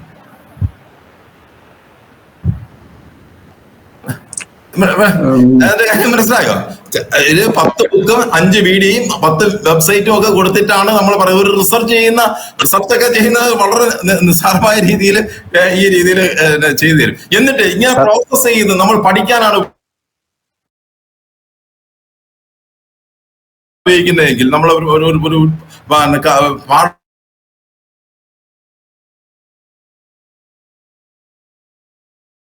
രണ്ട് റേഡിയോ ജോക്കികൾ ഇരുന്ന് തമാശ പറയുന്ന പോലെ കോൺവെർസേഷനിൽ കാര്യങ്ങൾ പറയും. നമുക്ക് ചുമ്മാ കേട്ടോണ്ടിരുന്നാൽ മതി രസത്തിന്. സാർ, ഈ സോഫ്റ്റ്വെയർ പ്ലേ സ്റ്റോറിൽ കിട്ടുന്നതാണോ?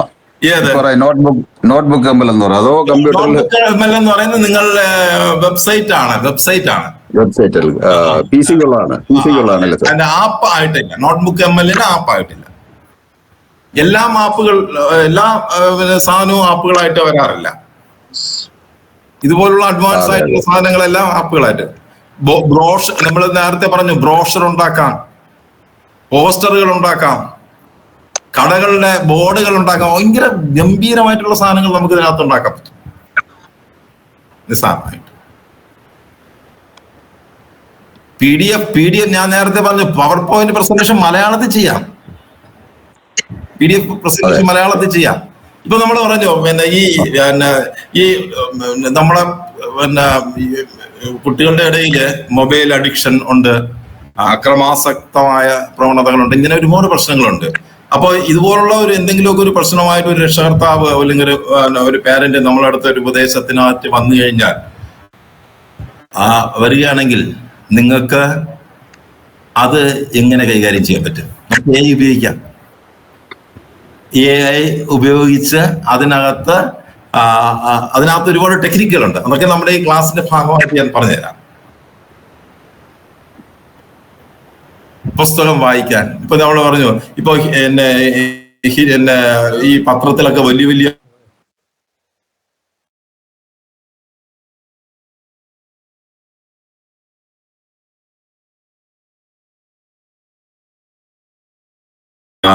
കണ്ടന്റ് ജനറേറ്റ് ചെയ്ത് തരണമെന്ന് വെച്ച് കഴിഞ്ഞാൽ അപ്പം കണ്ടന്റ് ജനറേറ്റ് ചെയ്ത് തരും. അപ്പൊ അതാണ് അതിന്റെ ഒരു സവിശേഷത. ഓക്കെ,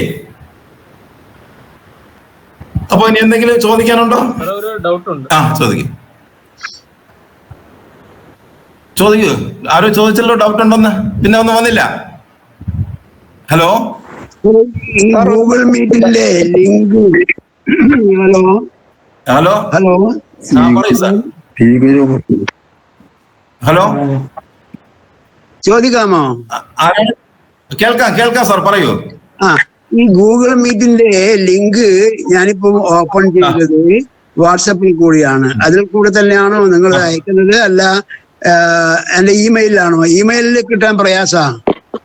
അല്ലല്ല, സാറിന്റെ വാട്സാപ്പിൽ വരുന്ന അവിടെ നമ്മളെ ലിങ്കിൽ ക്ലിക്ക് ചെയ്തപ്പോ സാറിന് ഓപ്പൺ ആയി വന്നില്ലേ? വന്നു. ഇന്ന് അങ്ങനെ തന്നെയാണ് ക്ലാസ്സും വരുന്നത്. അത് നമുക്ക് ഇമെയിലിലൂടെയും ഓപ്പൺ ചെയ്യാം. നമുക്ക് വാട്സാപ്പ് ലിങ്ക് ആയിട്ടാണ് ഇപ്പൊ ഇടുന്നത്. എല്ലാവരും വാട്സാപ്പാണ് ഉപയോഗിക്കുന്നത്. വാട്സാപ്പ് ലിങ്ക്, വാട്സാപ്പിൽ ക്ലിക്ക് ചെയ്താൽ മതി. അതാണ് നല്ലത്. എന്തേ സാർ? അതാണ് നല്ലത്. ഹലോ, തീർച്ചയായിട്ടും. ബിനോ ബിറ്റി വേറെ ആരെന്ത് ചോദിച്ചു? ഹലോ പറയൂ സാർ, പറയൂ. സുദർശൻ സാർ പറയൂ. കേൾക്കാം. അതെ സാറേ, എന്റെ ഒരു സംശയം, അതായത് ഇപ്പൊ സാറ് ഇത് ഫസ്റ്റ് ക്ലാസ് എന്നുള്ള രീതിയിൽ ഇൻട്രൊഡക്ഷൻ തന്നതിൽ തന്നെ ഒരുപാട് സംശയങ്ങളുണ്ട്. പക്ഷെ ആ സംശയങ്ങള് ചോദിക്കുന്നതിന് മുമ്പ് തന്നെ സാർ അതിന്റെ മാക്സിമം ആപ്ലിക്കേഷൻ ലെവലിലോട്ട് പോകുന്നു. പാർട്ടിസിപ്പന്റ് പലരും പല ലെവലിലുള്ള ആൾക്കാരാണ്. പക്ഷെ സാറ് ക്ലാസ് ആ രീതിയിൽ സാറ് ആ രീതിയിൽ ക്ലാസ് പോയി കഴിഞ്ഞാല് ഇത് സാറ്, ഞാൻ പ്രതീക്ഷിച്ചത് സാറ് ഇതിന്റെ ഇൻട്രൊഡക്ഷനിൽ തന്നെ ഈ കോഴ്സ് എവിടെ തുടങ്ങി ഏത് രീതിയിൽ അവസാനിപ്പിക്കും എന്നുള്ള ഒരു കണ്ടന്റ് സാർ പറഞ്ഞില്ല. അപ്പൊ സംശയം ചോദിക്കുന്നവരുടെ പലരുടെയും ഏരിയ എന്ന് പറയുന്നത് വളരെ അഡ്വാൻസ്ഡ് ആയിട്ടുള്ളവരുണ്ട്. എന്നാൽ ഇവിടെ മിനിമം സ്റ്റാർട്ടിങ്ങിൽ തുടങ്ങിയിട്ടുള്ള രീതിയിലുള്ള സംശയങ്ങൾ ആരും ചോദിച്ചിട്ടുമില്ല. ഓക്കെ സാർ, ഞാനത് പറയാത്ത കാര്യം, ഈ കോഴ്സിന്റെ കണ്ടന്റ് എന്താണെന്ന് നമ്മൾ ഇതിനകത്ത് പിന്നെ നമ്മുടെ ഗ്രൂപ്പിനകത്ത് ഇട്ടിട്ടുണ്ട്. എന്തൊക്കെയാണ് 1, 2, 3 എന്ന നമ്പർ ഇട്ടിട്ട് എഴുതിയിട്ടുണ്ട്. എന്തൊക്കെയാണ് പഠിപ്പിക്കുന്നത് എന്നുള്ള കാര്യം. ഒരു മിനിറ്റ്, അത് ഞാൻ നോക്കിക്കോളാം. ഞാൻ കണ്ടില്ല. ഞാനിപ്പോ ഇന്നിപ്പോ മണിക്കൂറുകൾക്ക് മുമ്പ് ജോയിൻ ചെയ്ത ആളാണ്. പക്ഷെ എനിക്ക് ഉള്ളൊരു പ്രശ്നം എന്ന് പറയുന്നത്, ഈ ഇൻട്രൊഡക്ഷനിൽ തന്നെ, അതായത് ഈ AI എന്ന് പറയുന്ന ആക്ച്വലി അതൊരു സോഫ്റ്റ്വെയർ ആണോ, അതിന്റെ ഒറിജിൻ എങ്ങനെയാണ്, ഇങ്ങനെയുള്ള കാര്യമൊന്നും സാർ പറഞ്ഞില്ല. അല്ല, അത് നമ്മള് അത് പറയും. ഇത് നമ്മള് കോഴ്സിനെ കുറിച്ചൊരു ഓവറോൾ കാര്യങ്ങളാണ് നമ്മൾ ഇന്ന് പറഞ്ഞത്. അപ്പൊ അല്ലെ സാറിപ്പോ ഈ ഓവറോൾ എന്ന് പറയുമ്പോഴത്തേക്ക് സാർ അതിന്റെ ഏറ്റവും ലേറ്റസ്റ്റ് ആയിട്ടുള്ള ആപ്ലിക്കേഷനിലോട്ട് പറഞ്ഞു അതുകൊണ്ടാണ് ഞാൻ പറയുന്നത്. അതെ. ഒന്ന്, നമ്മുടെ ഈ കോഴ്സ് എന്ന് പറയുന്നത് ഇതൊരു AI കുറിച്ചൊരു താത്വികമായ ഒരു കാര്യങ്ങൾ പഠിപ്പിക്കുന്ന ഒരു കോഴ്സല്ല. AI ഉപയോഗിച്ച് നിങ്ങൾക്ക് എങ്ങനെ ഉപയോഗിക്കാം, ഇത് നിങ്ങളുടെ ഉപയോഗത്തിന് വേണ്ടിയിട്ടുള്ള കാര്യങ്ങളാണ് പഠിപ്പിക്കുന്നത്. അപ്പൊ ഇത് AI മെഷീൻ ലേണിങ്ങിനെ കുറിച്ചോ, അല്ലെങ്കിൽ AI എങ്ങനെയാണ് AI വർക്ക് ചെയ്യുന്നത്, AI പിന്നിൽ പ്രവർത്തിക്കുന്ന അലോഗരിതങ്ങൾ എങ്ങനെയാണ്, അതിന്റെ സോഫ്റ്റ്വെയർ സംവിധാനം എന്താണ് എന്നൊന്നും ഈ കോഴ്സിനകത്ത് നമ്മൾ ഉൾപ്പെടുത്തിയിട്ടില്ല. അത് ഉൾപ്പെടുത്തിയ അതൊരു അതിസങ്കീർണമായ കാര്യങ്ങളാണ്. നമുക്കിത് ഈ സാധനം നമുക്ക് എങ്ങനെ ഉപയോഗിക്കാം എന്നുള്ളതാണ്. അപ്പൊ നമ്മളൊരു ഡ്രൈവിംഗ് പഠിക്കാൻ പോകുമ്പോ ഈ കാറിന്റെ മെക്കാനിസത്തെ കുറിച്ചും അതിന്റെ എഞ്ചിന്റെ പ്രവർത്തനത്തെ കുറിച്ചും അതിന്റെ ഓരോ പാർട്സിനെ കുറിച്ചും ഒക്കെ ഒരു ഏകദേശ ഉദാഹരണം പറയുന്നതല്ലാതെ അതിനെക്കുറിച്ച് ഡീറ്റെയിൽ ആയിട്ട് പഠിപ്പിക്കാമല്ല. അപ്പൊ എങ്ങനെ വണ്ടി ഓടിക്കാം എന്നതിനെ കുറിച്ചാണ് പഠിപ്പിക്കുന്നത്. അതുപോലെയാണ് നമ്മുടെ ഈ കോഴ്സും.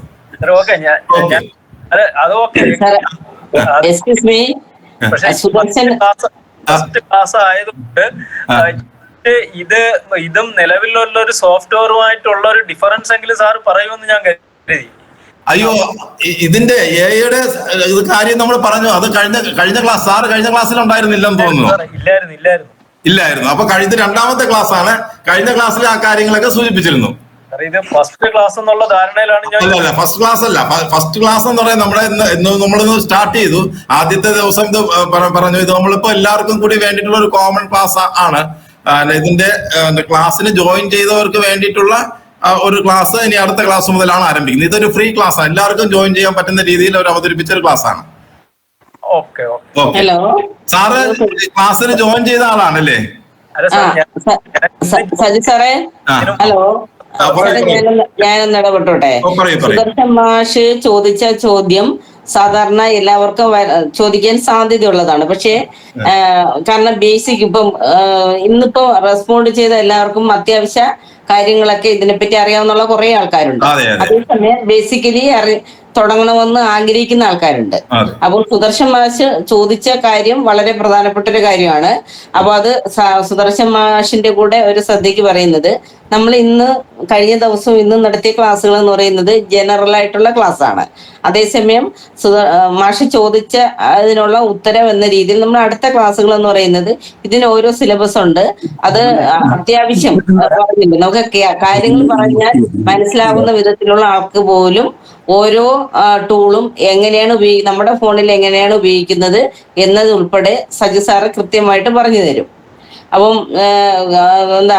കുറച്ച് ആൾക്കാർക്ക് എനിക്ക് മനസ്സിലായി, കുറച്ച് ആൾക്കാർക്ക് ഇങ്ങനെ അഡ്വാൻസ്ഡ് ആയിട്ടുള്ള കാര്യം പറയുമ്പോഴേക്കും ഇത് ഏത് ടൂളാണോ അല്ലെങ്കിൽ വെബ്സൈറ്റിൽ നിന്നാണോ എടുക്കേണ്ടത് എങ്ങനെയാണെന്നുള്ളതിനെ സംബന്ധിച്ചൊക്കെ ഉള്ള ചില ആശങ്കകളുണ്ട്. അത് സുദർശൻ മാഷ് ആയതുകൊണ്ട് അദ്ദേഹം തുറന്ന് ചോദിച്ചു. അപ്പൊ കഴിഞ്ഞ ക്ലാസ്സിൽ ജനറൽ ക്ലാസ്സുകൾ പറഞ്ഞത് കൊണ്ടാണ് സജി സാറ് ഇന്ന് ആ കാര്യങ്ങൾ സൂചിപ്പിക്കാത്തത്. നമ്മുടെ ക്ലാസ് തുടങ്ങുമ്പോഴേക്കും ഓരോ ദിവസവും തലേ ദിവസം തന്നെ നമ്മൾ സബ്ജക്റ്റ് ഇടും. ഇന്ന സബ്ജക്റ്റുകളാണ് ഈ ക്ലാസ്സിൽ കൈകാര്യം ചെയ്യുന്നത്. അതിനനുസരിച്ചായിരിക്കും ആ ദിവസത്തെ ക്ലാസ്സുകൾ പോകുന്നത്.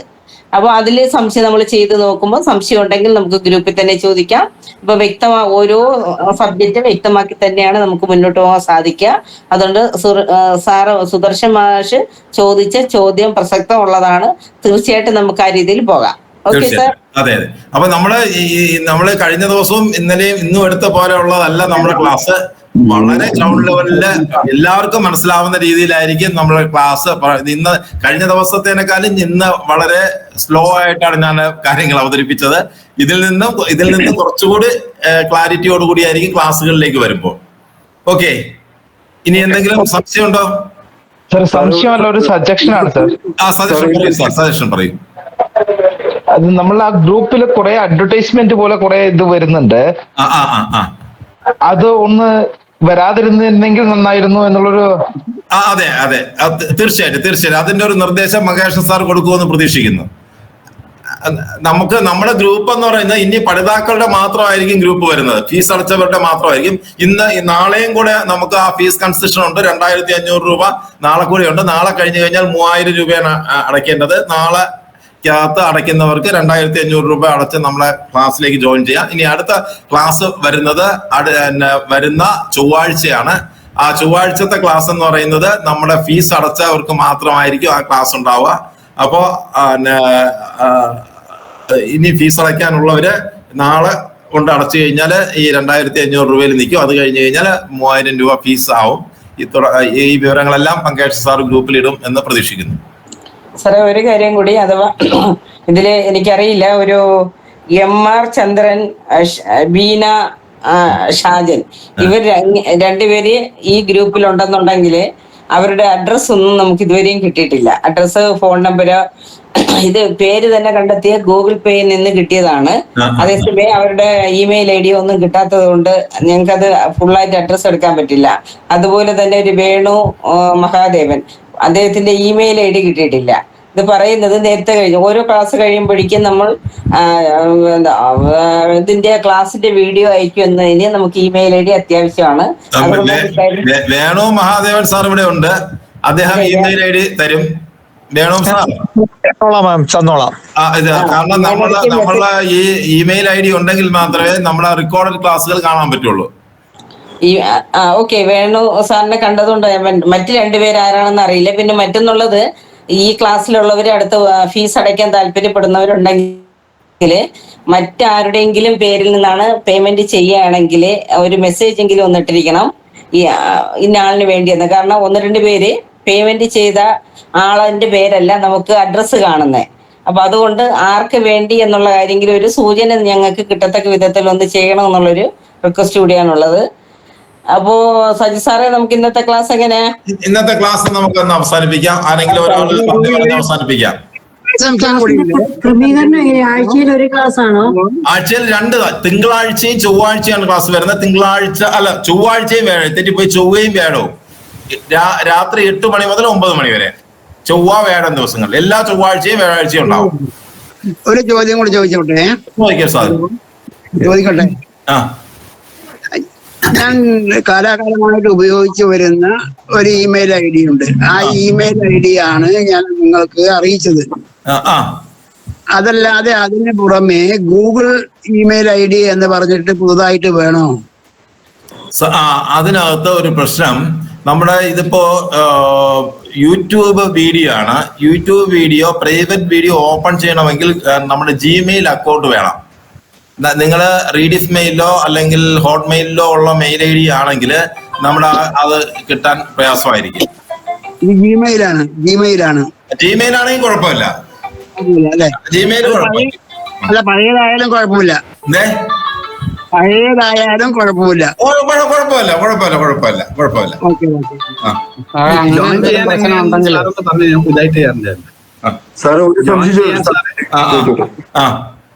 ഇപ്പൊ സാറ് പറഞ്ഞു ഒരു സബ്ജക്റ്റിനെ പറ്റിയിട്ട് ഒരു പ്രസംഗം തയ്യാറാക്കാൻ നമ്മൾ മെറ്റക്ക് കൊടുത്തു കഴിഞ്ഞാൽ അവര് ഒരു പ്രസംഗം നമുക്ക് ശരിയാക്കി തരും. പക്ഷെ നമ്മളെ ആറ്റിറ്റ്യൂഡ് അനുസരിച്ചുള്ള പ്രസംഗം ആയിരിക്കുമോ, അല്ല മെറ്റയുടെ ആറ്റിറ്റ്യൂഡ് അനുസരിച്ചുള്ള പ്രസംഗം ആയിരിക്കുമോ? സാറേ, പ്രസംഗം തയ്യാറാക്കാൻ മെറ്റ തീരെ പോരാ. മെറ്റയില് അല്ല, പ്രസംഗം തയ്യാറാക്കുക എന്ന് പറയുന്നത് നമുക്ക് 2 രീതിയിൽ ചെയ്യാം. പ്രസംഗത്തിന് വേണ്ടിയിട്ടുള്ള ബുള്ളറ്റ് പോയിന്റുകൾ നമുക്ക് ജനറേറ്റ് ചെയ്യാം. ഫുൾ പ്രസംഗം എഴുതി വായിക്കുന്ന രീതിയിലുള്ള പ്രസംഗം തയ്യാറാക്കാം. നമ്മൾ എന്താണോ ആഗ്രഹിക്കുന്നത് അതേ രീതിയിൽ, അല്ലെങ്കിൽ വൈകാരികമായ ഒരു ഇമോഷണൽ, ആൾക്കാരുടെ വൈകാരികമായി കോരിത്തിരിപ്പിക്കുന്ന വിധത്തിലുള്ള ഒരു പ്രസംഗമാവാം, ആവേശപ്പെടുത്തുന്ന നിങ്ങൾ എന്താണോ അത് നമ്മുടെ പ്രോംപ്റ്റിൽ നമ്മൾ ഉപയോഗിക്കുന്ന കാര്യം. പ്രോംപ്റ്റിനെ കുറിച്ച് പറയുമ്പോൾ അത് പറഞ്ഞു തരും.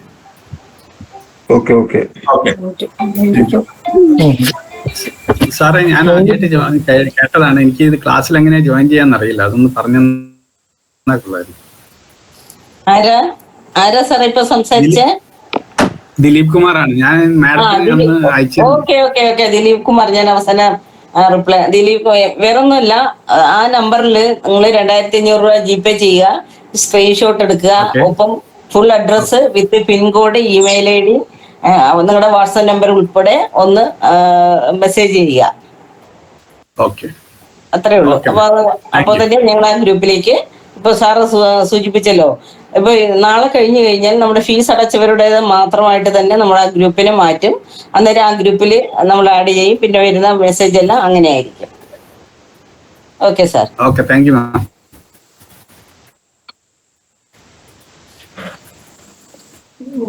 കണ്ണടിച്ച് കാണാൻ പറ്റുമോ?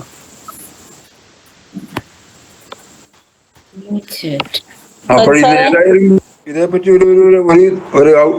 ഒരു പൊതുധാരണ കിട്ടിയിട്ടുണ്ട്.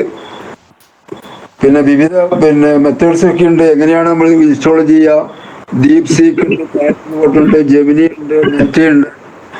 ഇതൊക്കെ എങ്ങനെ ഇൻസ്റ്റാൾ ചെയ്യാം ഒന്നുകൂടി കിട്ടിയാൽ കുറച്ച് നന്നായിരിക്കും. ഏതായാലും ഇൻട്രൊഡക്ഷൻ ക്ലാസ് നന്നായി എന്നാണ് അഭിപ്രായം.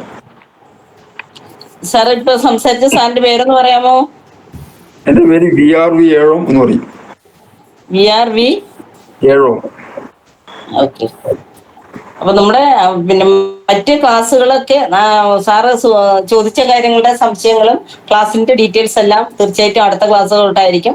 അപ്പൊ തുടങ്ങുക. അപ്പൊ ഓക്കെ, ശരി. അപ്പം ഇതില് ഇങ്ങനെ ഫീസ് അടയ്ക്കാത്തവരുണ്ടെങ്കിൽ അത് ഇന്നും നാളെയും കൊണ്ട് അത് ചെയ്ത് ആ ഒരു പ്രോസസ്സ് കംപ്ലീറ്റ് ചെയ്യുക. നമുക്കിപ്പോ ചൊവ്വാഴ്ച നമ്മുടെ ക്ലാസ്സിൽ ആരംഭിക്കാം. നമുക്ക് ചൊവ്വാഴ്ച വൈകിട്ട് രാത്രി 8 മണിയോടുകൂടി എല്ലാവർക്കും കാണാം. സന്തോഷം. ഇന്ന് പങ്കെടുത്ത എല്ലാവർക്കും നന്ദി. Okay, thank you sir, thank you very much. Sir okay. എത്ര ദിവസം ക്ലാസ്? ഇത് അല്ല, എത്ര കാലം ഉണ്ടാവും ക്ലാസ്? 2 മാസം. 2 മാസമാണ്. Thank you sir. Okay, thank you sir.